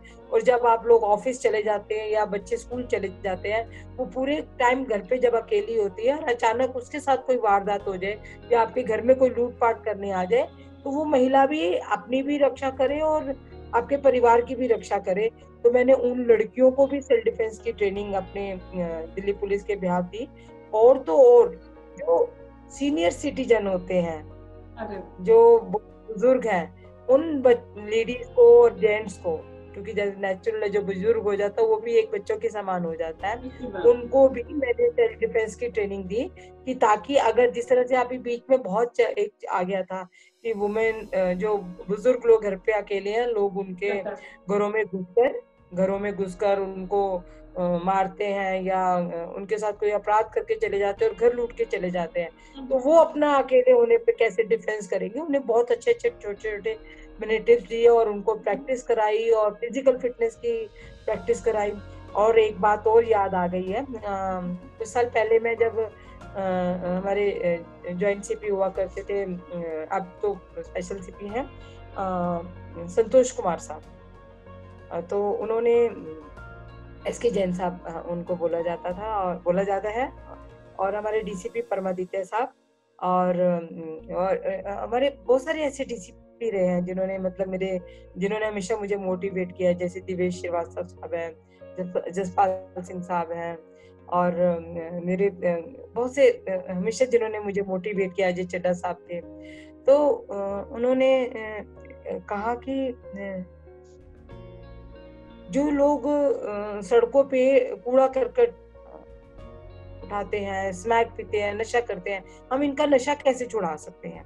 तो हमने उनको जो नशा करते थे उनको पुलिस स्टेशन में लाना शाम को शुरू किया, और हमने उनको फिजिकल प्रैक्टिस शुरू करा दी करनी कि आओ कोई बात नहीं, आप हमारे साथ एक्सरसाइज करो। उनको योगा करवाना शुरू किया। उनको मोटिवेट करने के लिए उनके साथ जब बातचीत करते हुए उनकी कोई, जैसे किसी को सिंगिंग आती है तो उनसे गाना सुन लिया, जैसे उनसे बातचीत की तो उन्हें थोड़ा अपनापन लगा, और वो डेली आने लग गए मेरे पास। और मैंने उनको धीरे धीरे धीरे फिजिकल एक्सरसाइज करानी शुरू कर दी और योग कराना शुरू किया। तो आप मानेंगे, पहले 2-3 दिन उनके शरीर से बदबू आ रही, मतलब बाल बिखरे हुए थे, नेचुरल जो स्मैकी होते हैं या जो कूड़ा बीनते हैं तो अपने शरीर को गंदा रखते हैं ज्यादा से। तो तीसरे चौथे दिन वो नहा धोकर अच्छे से तेल वेल लगाकर, कुछ ने बाल भी कटवा लिए, और जो उनके कपड़े बहुत गंदे थे वो एक दूसरे को बता रहे थे आज मैं कपड़े साफ पहन के आया हूँ, क्योंकि मैं कभी कभी उनको मोटिवेट करती रहती थी, भैया आप तो इतना वो कर रहे हो, देखो मैं स्मार्ट बन के आई हूँ तो आपको भी आना। तो चौथे पांचवें दिन सब एकदम बिल्कुल टिट फिट, ऐसे लग ही नहीं रहा था कि वो कूड़ा बीनने वाले हैं। तो हमारे डीसीपी और ज्वाइंट सीपी साहब विजिट करने आते रहते थे, बीच में भी कुछ कर भी रहे हैं कि नहीं, ऐसा तो नहीं है कि मैडम को चकमा देके के निकल गए और आ ही नहीं रहे। तो पहले दिन जब वो आए थे तो 8-9 थे, और आप मानोगे कि एक हफ्ते के अंदर अंदर वो 35-40 हो गए। और वो आके थाने में बैठ जाते थे, किरण मैडम का इंतजार कर रहे हैं, और वो दरियागंज थाने के अंदर एक कॉरिडोर था, वहां बैठकर वो आसन लगाकर आंखें बंद करके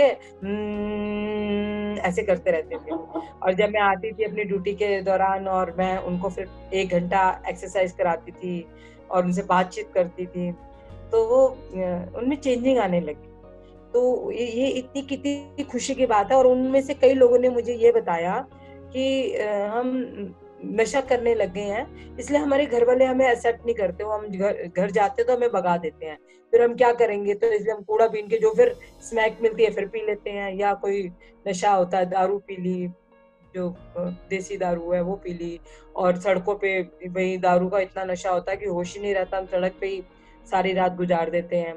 और अब जब आप हमें अच्छा बोलती हैं और हमारे से बहुत ऐसे अच्छा व्यवहार करती हैं, तो हमारा मन करता है कि एक ने बताया कि मैंने तो कई साल बाद साबुन लगाया है, उसने साबुन खरीदा और अपने बाल कटवाए, और मतलब मैं जब देखा था। तो अगर आप किसी में चेंजिंग लाना चाहते हैं तो देखिए, कोई भी, जैसे आप आज अपने यहाँ पे किसी भिखारी या कोई भी जो मांगने वाला है या कूड़ा बीनने वाले का आप हाथ पकड़ेंगे? बताइए आप, नहीं पकड़ेंगे ना। मैंने उनका हाथ पकड़ा और उनसे कहा कि आप मेरे भाई की तरह हैं, अरे बहन देखो सुंदर लग रही है और भाई कैसा लग रहा है। तो उनको फील हुआ, तो उनके जब मैंने कंधे पे हाथ रखा, भी अगर आप मुझे बहन मानते हो तो आपको भी मेरी तरह साफ सुथरा बनना है, तो वो चेंजिंग आने लग गई। तो दरअसल जिस चीज की उनमें कमी है, उस कमी को आप धीरे धीरे धीरे जब समझेंगे, उनमें एक विश्वास जिताएंगे, तभी आप चेंजिंग ला सकते हैं। आप ये नहीं कह दो चलिए उठो जल्दो चलो कल आओगे तो थाने में आप नहा धो के आना, ऐसे मत आ जाना, चलो जरा दूर खड़े हो, नहीं ना, तो कोई चेंज नहीं करेगा। था लिया चलिए चलो जी हमने इसकी बात नहीं सुननी, तो नहीं, तो वो बल्कि थाने में आके मुझे ढूंढते थे कि वो कहाँ है मैडम। तो हम, वो थाने वाले कहते थे वो इस थाने में नहीं है, वो दूसरे थाने से आती हैं सिर्फ स्पेशल इसलिए क्योंकि वो दिल्ली 6 का एरिया जो है ना, वो जहाँ पे आप कभी देखिए दरियागंज साइड में, क्योंकि वहाँ पे इस तरह के लोग बहुत ज्यादा नशा करने लगे थे। उन्हीं को सुधारने के लिए देखो, पुलिस आपको सुधारने के लिए छोटे छोटे प्रोजेक्ट कर सकती है। सुधरना तो आप ही लोगों ने है। हम अनाउंस कर सकते हैं कि आप अपराध ना करें, अपराध होने से बचें, या अपराध करके ना अच्छे, पुलिस इस तरह से कई प्रोजेक्ट चला रही है। युवा प्रोजेक्ट भी यही चीज है। हमने अपने पुलिस स्टेशनों में स्किल डेवलपमेंट के कोर्सेज शुरू कर रखे हैं, जिससे आर्थिक रूप से कमजोर बच्चे आए और अपने आप को स्टैंड करें, और एक अच्छा जीवन बिताएं।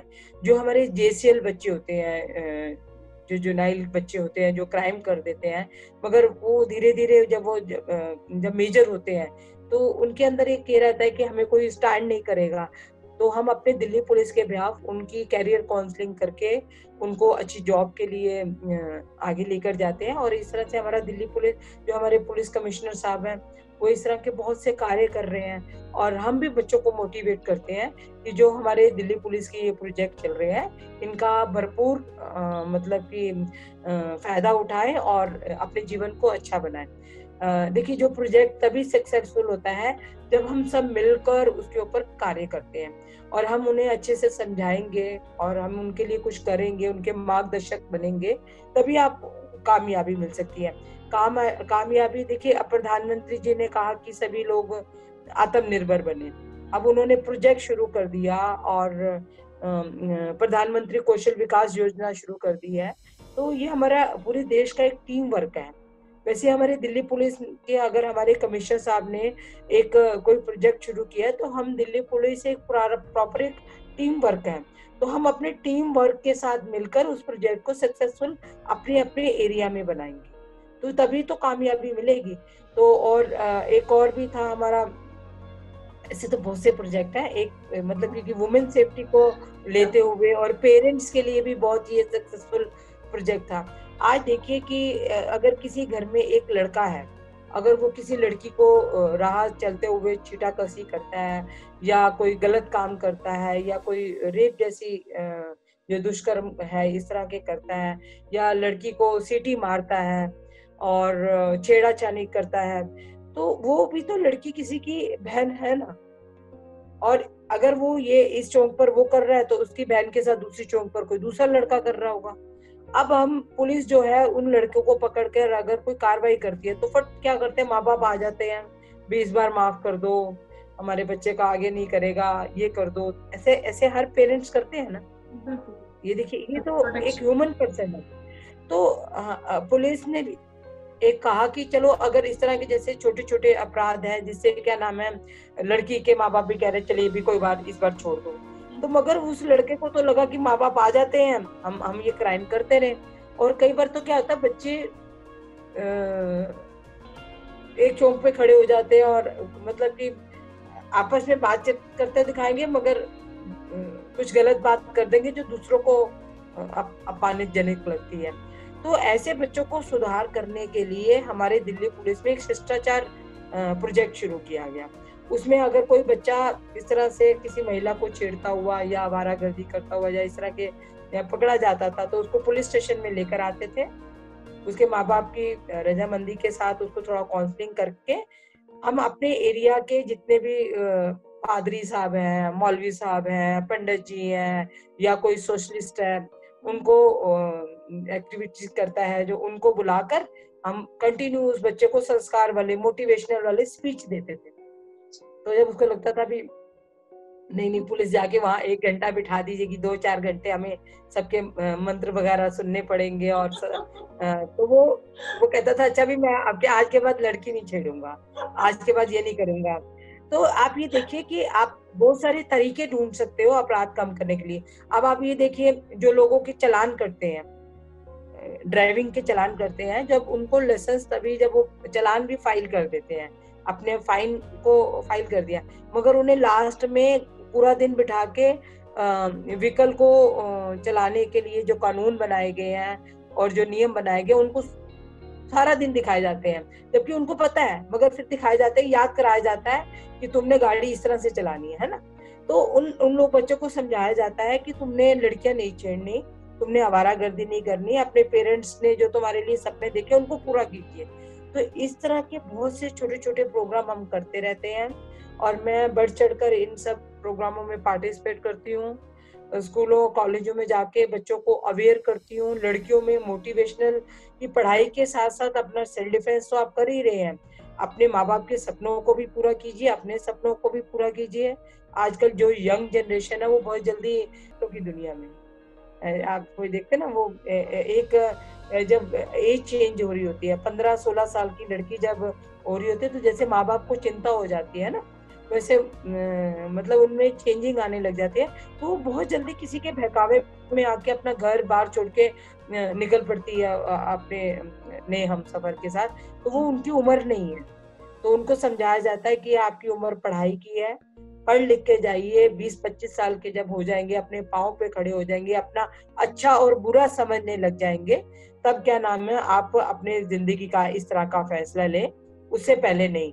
अपनी जिंदगी को बर्बाद नहीं करना। हम यंग जनरेशन को सेल्फ डिफेंस के साथ इस तरह की बातों को भी समझाते हैं।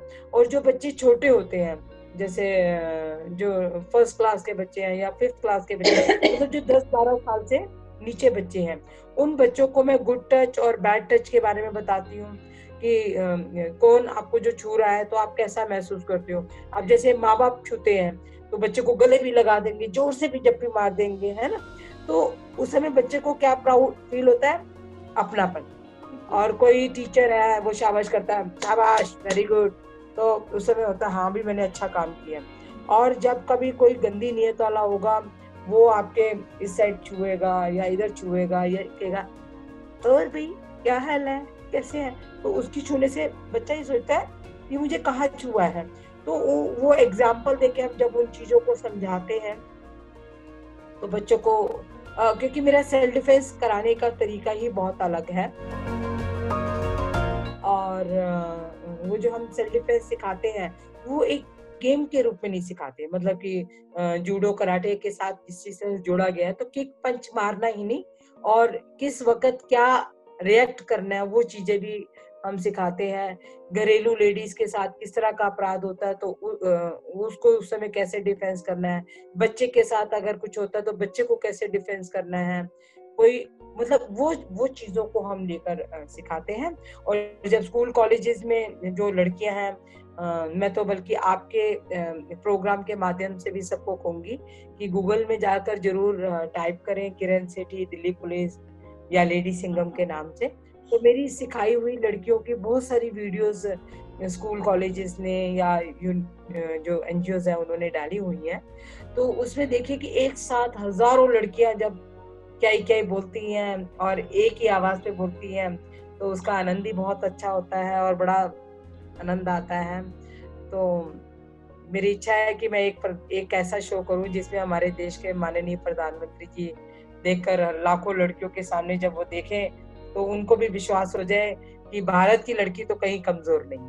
बहुत जल्दी आपका सपना पूरा होगा, जिस तरह से आप लगी हुई है इस प्रक्रिया में, अब बिलीव मी बहुत जल्दी आपका ये सपना पूरा हो जाएगा। किरण मैम, ये तो हो गई आपकी लोगों के अंदर जागरूकता पैदा करने की बात।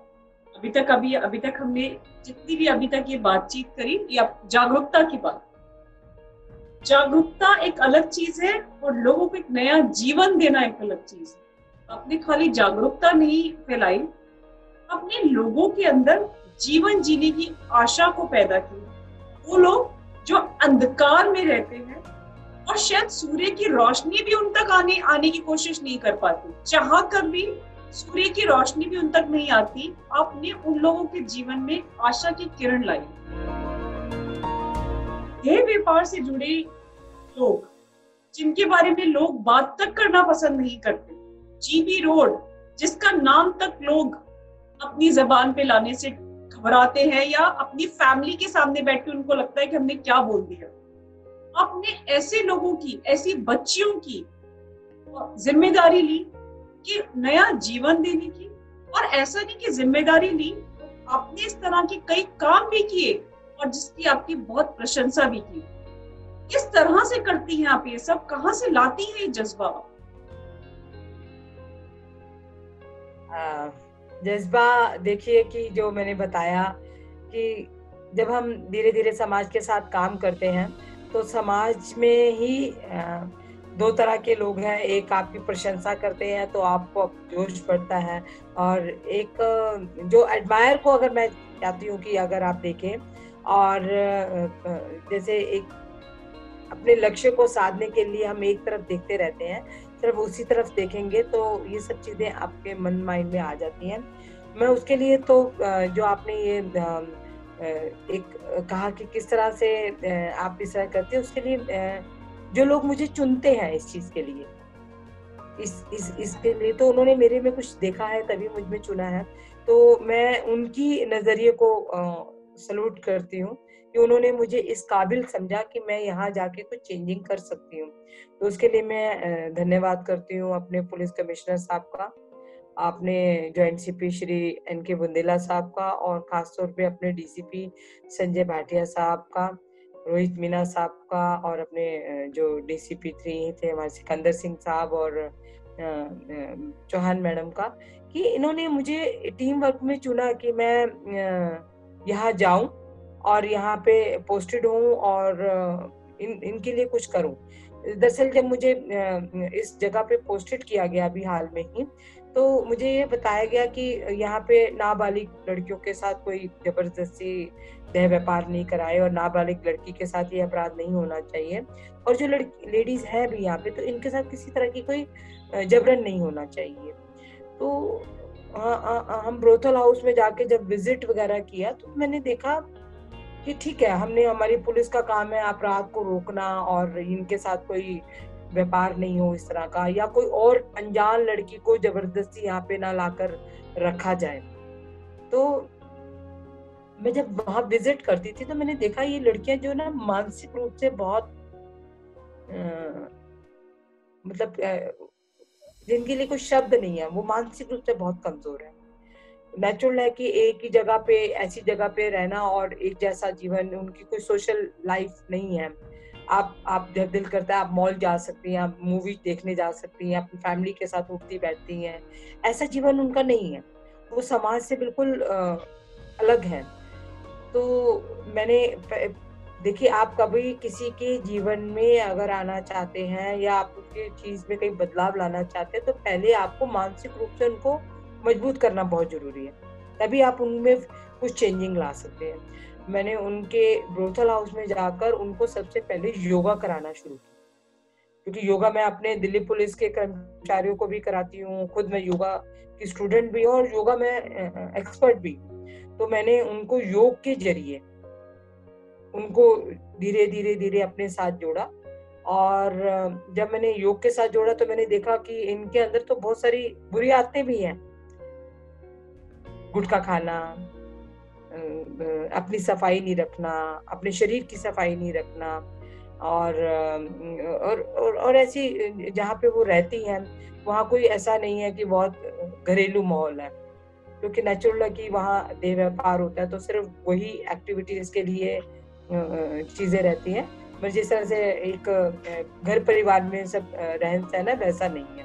तो मैंने उनको उनकी अहमियत बताई। ठीक है, आप देह व्यापार कर रहे हो, आप अपनी चाहे मर्जी से कर रहे हो, या अभी मैं उनके जीवन में इतना नहीं उतरी थी, मगर मैंने उन्हें अपने शरीर के प्रति और जहाँ पे आप रह रहे हैं उसके प्रति उन्हें स्वच्छ रहने के लिए मोटिवेट किया कि अपने आप को अगर आप फिट रखोगे तो अच्छे जीवन को जी पाओगे। तो मैंने उनके लिए हेल्थ चेकअप कैंप लगवाए अपने दिल्ली पुलिस सेंट्रल डिस्ट्रिक्ट की तरफ से, जिसके लिए हमेशा मेरा मार्गदर्शन मेरे सीनियर ऑफिसर्स ने किया।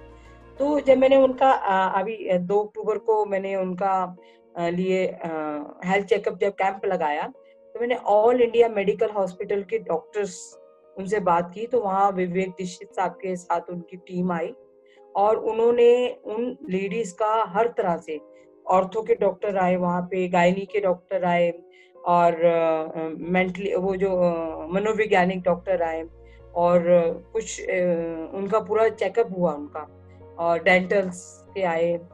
मेरे साथ कई एनजीओस थी, जैसे राजनीति की पाठशाला वाले, और जिन्होंने हमारे दिल्ली पुलिस के साथ बड़ा सहयोग किया। तो इन्होंने मुझे हर तरह से सहयोग, और उन्होंने ये मुझे मैंने उनसे रिक्वेस्ट की कि आप सिर्फ ये चेकअप करके मत जाइए, कि मैं कोई फॉर्मेलिटी के लिए कैंप नहीं लगा रही इन लड़कियों के लिए। मैं चाहती हूँ कि अगर इनके साथ कोई बीमारी है, इनको चाहे वो मानसिक रूप से है या शारीरिक रूप से है, आप उनका इलाज कीजिए। तो नेचुरल है कि जब लेडीज को इतना ही नहीं हक होता कि ये जमीन पे भी सही तरह से चल पाए, तो ये हॉस्पिटल नहीं आएंगी। मैं चाहती हूँ आप इनको जो फैसिलिटी है जितनी हो सके वो यहाँ पे दीजिए, उनके लिए जो ट्रीटमेंट है वो आप चाहे 15 दिन के विजिट के बाद आए या एक एक महीने के विजिट में आए, और जिनको हॉस्पिटल की जरूरत है कि ये इलाज जैसे हॉस्पिटल में ही हो सकता है, जैसे डेंटिस्ट है, अब पूरा वो दांतों का क्लिनिक तो यहाँ नहीं लेकर आएंगे, तो आप 5-5 7-7 करके लोगों को, लड़कियों को वहां पे आप ऐसा टाइम दीजिए जो ओपीडी और जो इमरजेंसी से अलग हो। जिस तरह से आम लोग आते रहते हैं तो नेचुरल है कि ये थोड़ा सा नहीं निकल पाएंगी, तो उन्होंने स्पेशल उनके लिए वो टाइम एक चुना कि ये अगर 10-10 15-15 करके एक बार में ही आएंगे तो हम सिर्फ इन्हीं लोगों को देखेंगे, और उन्होंने इनका इलाज करना शुरू कर दिया। अब नेचुरली जब हम इनका इलाज कर रहे हैं या कर इनसे है, तो इनके साथ मेरा थोड़ा सा बातचीत का जब जरिया शुरू हुआ तो मैंने देखा कि मजबूरी में भी कई लड़कियां यहाँ पे रह रही हैं, मगर वो उनको कोई अब आगे वो क्या व्यापार करे, मतलब क्या ऐसा काम करे जिससे उनकी आजीविका चेंज हो सके। तो मैंने अपने डीसीपी साहब से इस बारे में बात की कि सर हम ऐसा क्यों नहीं कोई ऐसा कदम उठाए कि जिससे ये अगर चाह कर अपना जो ये देह व्यापार है छोड़कर किसी अच्छी जिंदगी में आ सके। अब देखिए कोई भी, आप जैसे कह रहे हैं कि इनका नाम भी लेना कोई पसंद नहीं करता, इस एरिया का घर परिवार में इस एरिया के नाम नहीं लिया जाता। घर परिवार में अगर कोई, जैसे नीचे वहां पे बहुत बड़ी एशिया की मोटर्स की मार्केट है, वाटर मोटर वगैरह मशीनरी मार्केट है, मगर वहां पे देखिए औरतें नहीं आती जो आम परिवार की, कहते नहीं न्यू साइड से जेंट्स चले जाए। क्यों? जब अगर उस एरिया में भी आना आप पसंद नहीं करते तो क्या उन महिलाओं को आप अपनी कंपनी में गार्ड रखेंगे, या आप अपनी कंपनी में अगर कोई उनमें से पढ़ी लिखी है किसी वजह से यहाँ पर आ गई है तो आप अपने ऑफिस में उसको रखेंगे या उनके बच्चों को रखेंगे, या आप उनको कुछ ऐसी जगह पे मान सम्मान देंगे या अपने घर में घरेलू नौकरानी रखेंगे? नहीं रखेंगे ना, क्योंकि आपके साथ उनके साथ एक लगा हुआ है, ये देह व्यापार करती है, मतलब उनको हमेशा समाज से अलग कर दिया जाता है, तो उनकी भी मजबूरी है क्या वो और क्या काम करें। तो जब मैंने ये बात डीसीपी साहब, हम क्यों ना इनके लिए कोई ऐसा काम करें कि ये अपनी आजीविका को चेंज कर सके। अब देखिए कोविड आया था, कोविड है भी अभी जैसे, तो कोविड में क्या था कि सब लोग अपने अपने घरों में जाकर बैठ गए, और इनका तो जो काम था, इनका जो मतलब कि जीवन चल रहा था कि इसी से था कि देह व्यापार करेंगे, लोग आएंगे, रिलेशन बनाएंगे, और फिर क्या नाम है इनकी इनकम सोर्स यही था। तो कोविड के इन महीनों में उनके पास कोई कस्टमर भी नहीं आया, तो अब बताइए कि वो कैसे रोटी खाएं, है ना। तो उनको एनजीओ ने या सरकार ने उनको भोजन दिया, दिल्ली पुलिस ने उनके पास जाके भोजन प्रोवाइड किया, मगर ये ऐसा कब तक चलेगा? आप किसी को बिठाकर, एक राजा भी अगर अपनी प्रजा को बैठा कर खिलाएगा तो वो भी एक दिन किसी दिन वो भी अपने हाथ खड़ा कर देगा, वो कहेगा नहीं भाई आप अपनी अर्निंग खुद कीजिए, है ना। तो मैंने अपने जब सर को ये बात बताया तो उन्होंने कहा भी हम इनको क्या करवा सकते हैं। मैंने कहा हम शुरुआत करते हैं, हम ऐसे करते हैं कि दिवाली आ रही है, हम इनको दिए बनाना सिखाते हैं, दिए बनाएंगे और डिजाइनर दिए होंगे, और पेपर बैग्स बनाना हमने इनको सिखाया इन दिनों में। और जब हमने इनको ये दिए बनाने सिखाए तो दिल्ली पुलिस ने उन दियों को खरीदा, और उनसे जो अर्निंग हुई और जो हमारे दिल्ली पुलिस की तरफ से उनको जो रिवॉर्ड मिला सर्टिफिकेट के साथ उनको दिया। तो कितनी खुशी की बात है कि दिल्ली पुलिस ने इतना बड़ा कदम ये उठाया कि हम इनकी आजीविका को धीरे धीरे अपनी रजामंदी से आता है और उसको चेंज करे, तो उनके लिए एक हुनर खोल दिया। उनके जो एक भी, जब आप खाली हो, जब आपके मन, जब आप अंदाजा नहीं लगा रहे थे कि जब वो दिए बना रहे थे तो वो बहुत खुश थे, हमने उन्हें वो खुशी के पल दिए कि हम सिर्फ देह व्यापार ही नहीं कर सकते, हमारे अंदर और भी बहुत से हुनर है। और हमारे जो सीनियर ऑफिसर्स हैं वो और यूनिट से, मतलब कि ऐसी कई चीजें हैं जो गवर्नमेंट की चल रही हैं, जैसे खादी ग्राम उद्योग में बहुत सारे वोकेशनल कोर्सेज होते हैं। हम वहाँ के जो डायरेक्टर्स हैं उन मैडम से बात भी की है हमने कि आप हमें इस तरह के कोर्सेज बताएं जो कि हम इन महिलाओं के लिए करा सके, और ये उस कोर्सेज को ज्वाइन करके अपने जीवन में चेंजिंग खुद लाएं। देखिए, कोई भी चेंजिंग लाने के लिए आप ये नहीं कि आज पेपर है पलट दिया, है ना, ये वो चीज है जिसके लिए थोड़ा सा वही पैशन वाली बात है कि आप मेंटली और फिजिकली चैलेंज बच्चों को कैसे सिखाएंगे, उसके लिए पैशन चाहिए। तो वो एक पैशन है कि आपने इस लक्ष्य को बनाए रखना है, और मैं भगवान से प्रार्थना करती हूँ कि चाहे मैं जिंदगी अपने डिपार्टमेंट से रिटायर हो जाऊं, मगर मैं जिंदगी भर इन सब कामों को करती रहूं, और जिंदगी में बस अंतिम सांस तक अगर मैं किसी की मदद कर सकूं तो वो जरूर हो। और मैंने ये प्रपोजल दिया अपने डीसीपी साहब को कि मैं चाहती हूँ कि जो हमारा पुलिस स्टेशन नीचे वो चौकी है जो हमारी जीबी रोड की, वो नीचे तो हमारे पुलिस वर्क हो ही रहा है, हम क्यों ना उसके ऊपर एक हॉल बना दिया जाए जहाँ पर, क्योंकि देखिए समाज में इतने कार्य हो रहे हैं मगर इन वर्क के लिए किसी ने नहीं सोचा। हम उसके ऊपर एक हॉल बना रहे हैं, और वहां पे जितनी भी हमारी जो जीबी रोड में रहने वाली, जीबी रोड का नाम अब शरदानंद मार्ग हो गया है, तो यहाँ की जो रहने वाली जो महिलाएं हैं देह व्यापार से लिप्त हैं, वो अगर आए यहाँ पर और वोकेशनल कोर्सेज करें, और हमने अपने सीनियर ऑफिसर के सहयोग से इनके लिए जो वोकेशनल कोर्स की फीस होती है उनको माफ करने के लिए गुजारिश की है। और उन कोर्सेज से जो उनको सर्टिफिकेट मिलेगा, एक उनके पास प्रूफ होगा कि इन्होंने इस कोर्स को किया है। जैसे आप घर में जो बच्चे होते हैं या महिलाएं होती है किसी कोर्स को करती है, उनको सर्टिफिकेट मिलता है, इनको भी मिलेगा। और वो अपने छोटे छोटे जैसे अगरबत्ती बनाना, जूट की चीजें बनाना, साबुन बनाना, चॉकलेट बनाना, और भी ऐसे कई जो कोर्सेज है, कंप्यूटर कोर्सेज हैं, इन महिलाओं को हम सिखाएंगे। और हम बहुत जल्दी शायद आप ही के जरिए हम एक इंग्लिश स्पीकिंग कोर्स है वो भी इनके लिए शुरू करेंगे, ताकि मुझे पता चला है कि आप इंग्लिश की बहुत अच्छी टीचर हैं, और आपके जरिए भी हमें अगर उनका सहयोग मिलेगा तो मैं आपको आप आदेश, जिस दिन आप आदेश करेंगे उस दिन मैं हाजिर हो जाऊंगी। नहीं, मैं आपसे निवेदन करती हूँ कि आप नहीं, निवेदन की कोई जरूरत नहीं, जिस दिन आपका आदेश होगा उस दिन मैं हाजिर हो जाऊंगी जरूर। मैंने इस बारे में अपने ऑफिसर से बात की है, तो हमारे जैसे ही इस तरह के हॉल्स वगैरह बनेंगे तो आप हमें मार्गदर्शन कीजिए, उन महिलाओं का भी मार्गदर्शन कीजिए। एक, क्योंकि ये टीम वर्क है, हम टीम लेकर चलेंगे तो हम ज्यादा से ज्यादा, मैं अकेले नहीं कर सकती, मैं ज्यादा से ज्यादा लोगों को उनके साथ जोड़ूंगी, तो वो धीरे धीरे हम जिस समाज को वो खो चुकी हैं उस समाज में वापस आ जाएंगे। और समाज सब, देखो प्रकृति ने सबको जीवन दिया है, तो सभी को हक है सर उठाकर जीने का, एक इज्जत पाने का। जिस तरह से मैं चाहती हूँ मुझे सब लोग आप करके बोलें, वो भी चाहती है कि लोग हमें आप करके बोलें, इज्जत दें।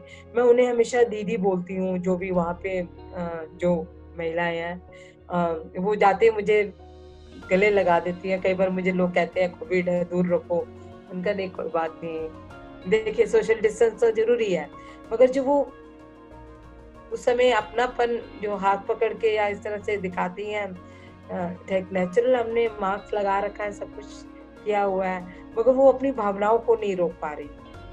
तो मैं उनके साथ साथ उनके जो बच्चे हैं वहाँ पे रहते हैं साथ में, उनकी भी काउंसलिंग कर रही हूँ, और उनको मैं मोटिवेट कर रही हूँ कि बच्चों को स्कूल में भेजें, हॉस्टल में भेजें। और चाइल्ड वेलफेयर कमेटी को अपने दिल्ली पुलिस की तरफ से रिक्वेस्ट की है कि इन बच्चों को अच्छे हॉस्टल मिले, ऐसी जगह मिले जहाँ पे ये बच्चे ऐसे जीवन को ना देखें। उनको भी बताया जाता है अभी आप अपनी बच्चों को अच्छी जगह भेजें जहाँ पे वो पढ़ लिख कर एक अच्छे इंसान बने, ऐसी जिंदगी ना जिए जो उनके लायक नहीं। उनको भी अधिकार है समाज के आम बच्चों की तरह आगे बढ़ने, उनको भी बिल्कुल है। अधिकार है डॉक्टर इंजीनियर का टैग अपने ऊपर लगाने, उनको भी अधिकार है शिक्षा। समाज को कोई हक नहीं है कि एक वर्ग को सिर्फ उसके नाम उसके कार्य को करते हुए उनके आने वाली जनरेशन को डिस्क्रिमिनेट कर दे, कि बच्चों को उतना ही अधिकार है जितना हम सबके बच्चों को है। बिल्कुल मैम, इतनी सारी अचीवमेंट्स, मतलब मैं तब एक कहाँ शुरुआत है, और अभी तो आप बहुत लंबा सफर बाकी है आप। मैं आपसे एक जी क्वेश्चन बिल्कुल, पूछना बहुत चाहती हूँ कि आजकल जी अपराध बोध इतना ज्यादा बढ़ता जा रहा है, छोटे छोटे बच्चे जो है एग्रेसिव होते जा रहे हैं, स्क्रीन टाइम बहुत बढ़ गया है, गुस्सा बढ़ गया है बच्चों में, माँ बाप में, कोऑर्डिनेशन जो है वो खत्म हो चुका है। रोज एक नया फेस देखती होंगी, ऐसा नहीं कि वो केस एक सिर्फ आप एक ही समाज के लोगों का देखती हैं, middle class, lower class, high class, ये सारे आपके पास आते हैं। आने वाली जनरेशन को क्या बोलना चाहेंगे जो अपने अस्तित्व को संभाल ही नहीं पा रहे हैं, अपने अस्तित्व को ना संभाल पा रहे हैं और ना पहचान पा रहे हैं?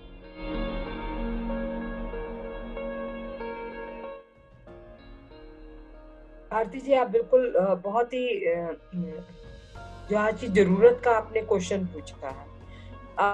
मैं कोई विशेषज्ञ तो हूँ नहीं, बट मैं अपने एक्सपीरियंस से ये बताना चाहती हूँ, और इसको आई थिंक पेरेंट्स भी मानते होंगे। अगर आज के बच्चे में बहुत गुस्सा है, आपके बच्चे में बहुत ज्यादा अपने माता पिता के प्रति जो एक लगाव नहीं है और एक कोऑर्डिनेशन नहीं है, उसका एक बहुत बड़ा कारण है आजकल के माता पिता ही। आप देखिए, जो पहले ज्वाइंट फैमिली होती थी, मैं ज्वाइंट फैमिली में रही हूँ। मैंने वो जीवन भी देखा है, क्योंकि जो उम्र के हिसाब से जो पुराना जमाना जिसे कहा जाता है, और मैंने वो जमाना भी देखा है जिसे नया जमाना भी कहा जाता है। तो मैंने एक चीज नोट की है कि जो संस्कार आपको माता पिता देते हैं, अगर आप अपने जीवन में उस चीज को उतार लेते हैं, जो ज्वाइंट फैमिली रिश्तों की एक अहमियत, देखिए, रिश्ता सिर्फ एक माता पिता के साथ नहीं होता, रिश्ता एक भाई बहन का भी है, रिश्ता एक चाचा और भतीजी का भी है, दादा दादी, नाना नानी, और ये हमें समाज के साथ जोड़ती है। हम आज हर एक को अंकल कहकर बुलाने लगे हैं, तो हमें हर एक अंकल ही आंटी ही दिखते हैं, या हम अपने रिश्तों में नाम भूल गए। तो आज के रिश्ते में नाम का होना बहुत जरूरी है। मतलब अगर जो बुआ है उन्हें बुआ जी बोले, चाचा है चाचा जी बोले, जो ताया जी है आजकल बच्चों को पता ही नहीं ताया कौन से होते हैं और चाचा कौन से होते हैं। उनको ये पता ही अंकल है, ये बड़े अंकल है, ये छोटे अंकल है। तो ये हमें, जब हम बड़े अंकल छोटे अंकल बोलते हैं, तो इसका मतलब है बच्चों को एहसास नहीं। अगर माँ बाप को आप नेम से बुलाने लग जाओगे, तो वो लगाव खत्म हो जाएगा, है ना। माँ को माँ बोलते हैं, तो वो माँ जब बोलते हैं तो एक प्यार निकलता है, तो ये रिस्पेक्ट आती है। तो जब हम रिश्तों का नाम लेकर बुलाते हैं, दादी जी, नानी जी, मामा जी, तो वो एक प्यार निकल के आता है। भाई को भाई बोलेंगे तो पता चलेगा ये भाई ही है, दोस्त नहीं है ना। तो वो जो एक लगाव है, वो रिश्तों के नाम के साथ है। दूसरा, मैं न्यू जनरेशन को ये कहना चाहती हूँ कि अगर आप अपने सपनों को पूरा करना चाहते हैं, तो उसके लिए आप मेहनत करें। मेहनत नहीं करेंगे तो वो चीज आपको हासिल नहीं हो सकती। अपराध करके उसका अपना जीवन छोटा नहीं करें, क्योंकि जब आप अपराध कर लेंगे तो नेचुरल है कि आप डर की जिंदगी जिएंगे, और जो डर की जिंदगी होती है वो बहुत खतरनाक होती है, वो छोटी हो जाती है।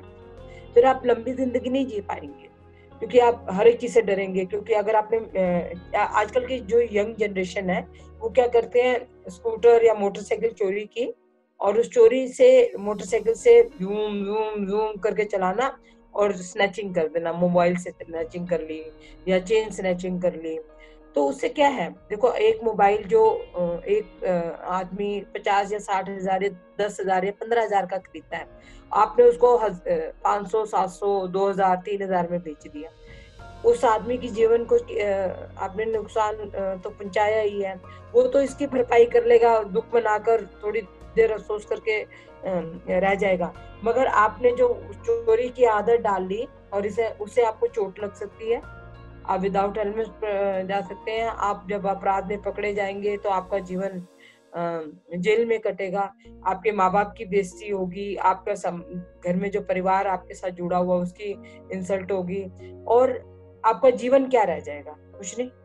जेल, जेब कतरा या इस तरह के नाम से आपको पुकारा जाएगा और हमेशा आप किसी सरकारी नौकरी पे नहीं जा सकते।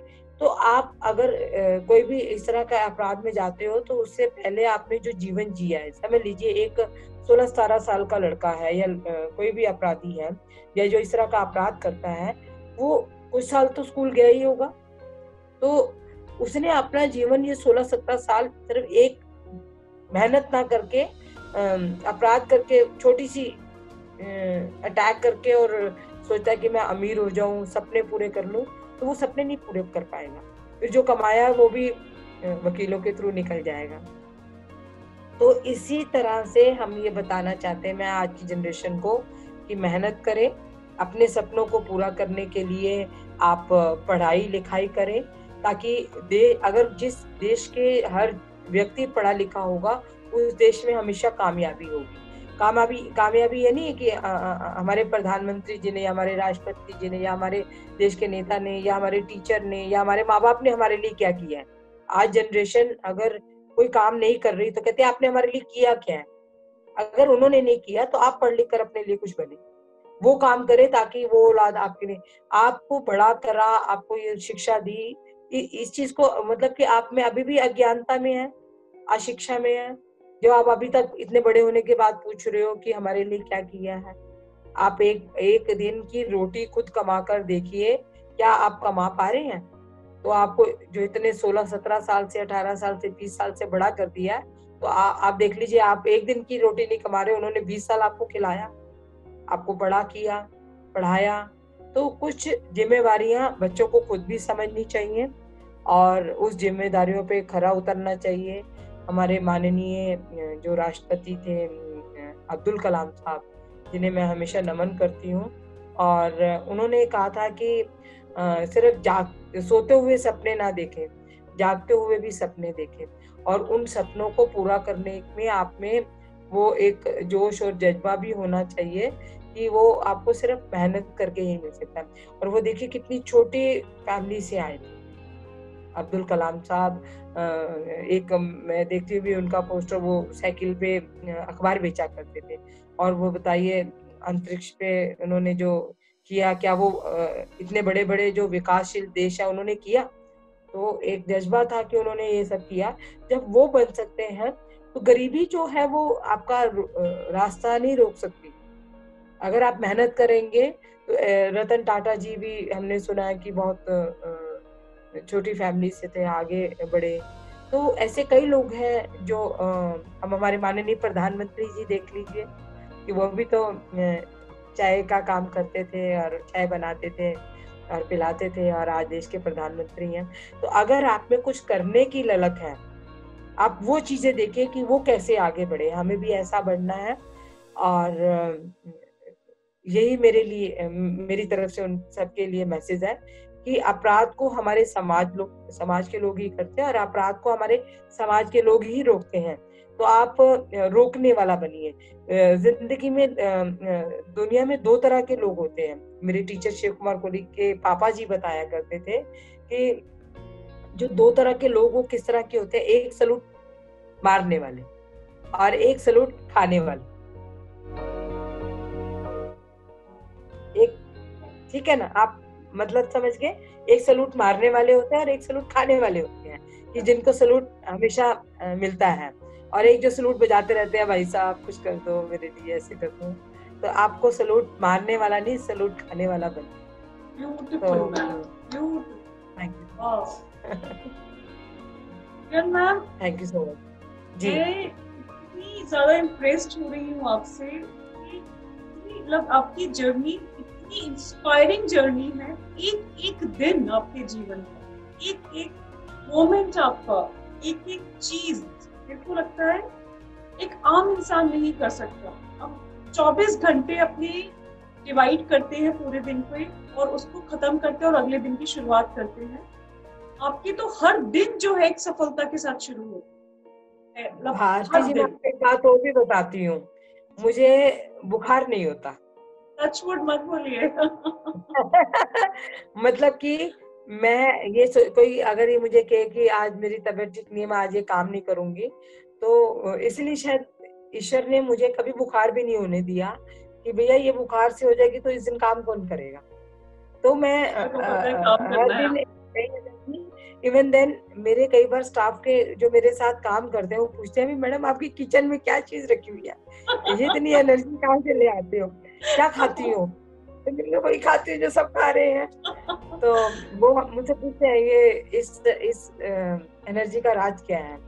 तो आप मानेंगे मैं जो सारा दिन की ड्यूटी के बाद जब बीच में इसी दौरान बच्चों को भी सिखा देना, नौकरी भी कर, मैंने कभी ऐसा नहीं सोचा।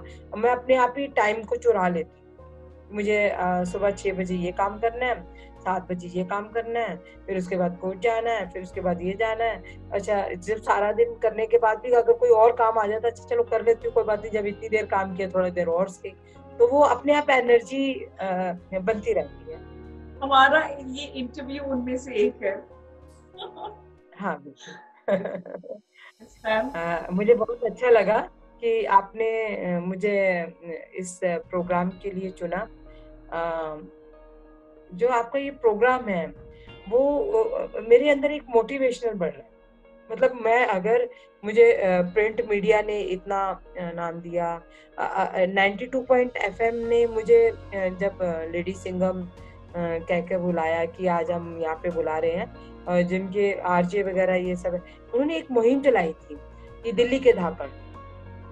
अब देखो प्रोग्राम से याद आ गया, तो दिल्ली के धाकड़ में उन्होंने हमसे ही, मेरे से और मेरे टीचर शिव कुमार कोहली सर से ही क्या नाम है सेल्फ डिफेंस की ट्रेनिंग करवाई कि आप पूरी दिल्ली में ये सेल्फ डिफेंस ट्रेनिंग आप करवाएं।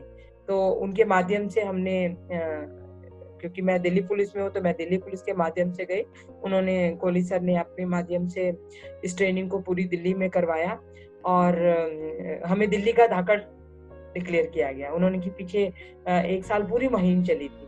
और तो और जो उनका एक प्रोग्राम है बिग हीरो, उसमें मेरे लिए एक स्पेशल प्रोग्राम हुआ।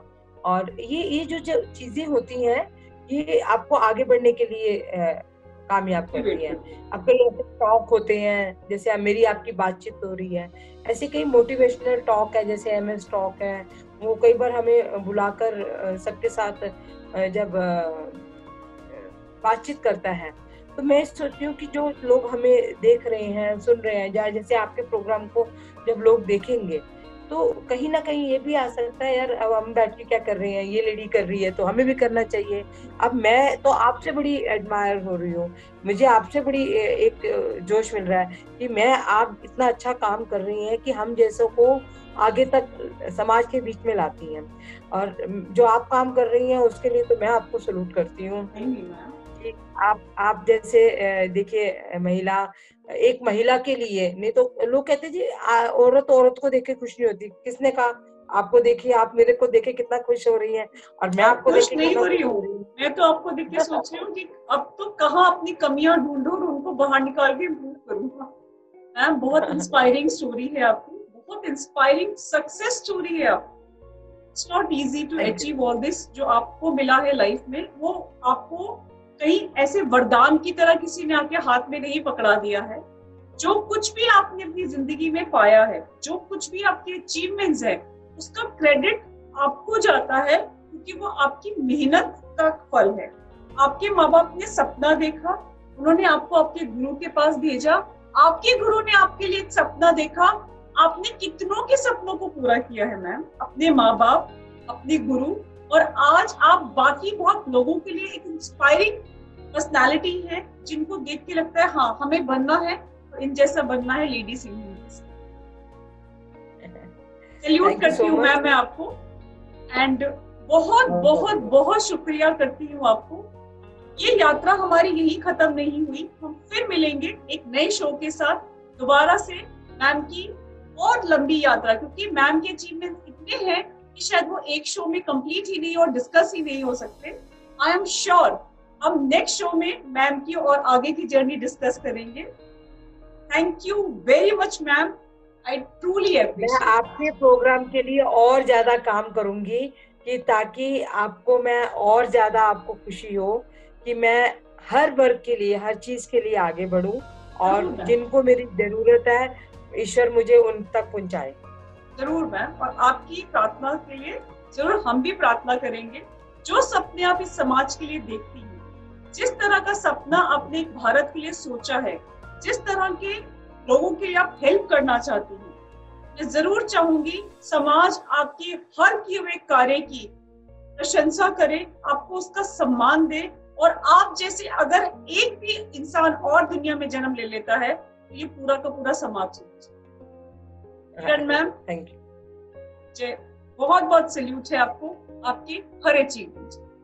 Thank you. और मैं आपके आभारी हूँ, और आपके प्रोग्राम को जो सुन रहे हैं और जो देख रहे हैं उन सबको भी मैं धन्यवाद करती हूँ कि उन्होंने मेरी इन बातों को बहुत ध्यान से सुना, और मैं भी उनको आपकी तरफ से और अपनी तरफ से नमस्कार करती हूँ। धन्यवाद।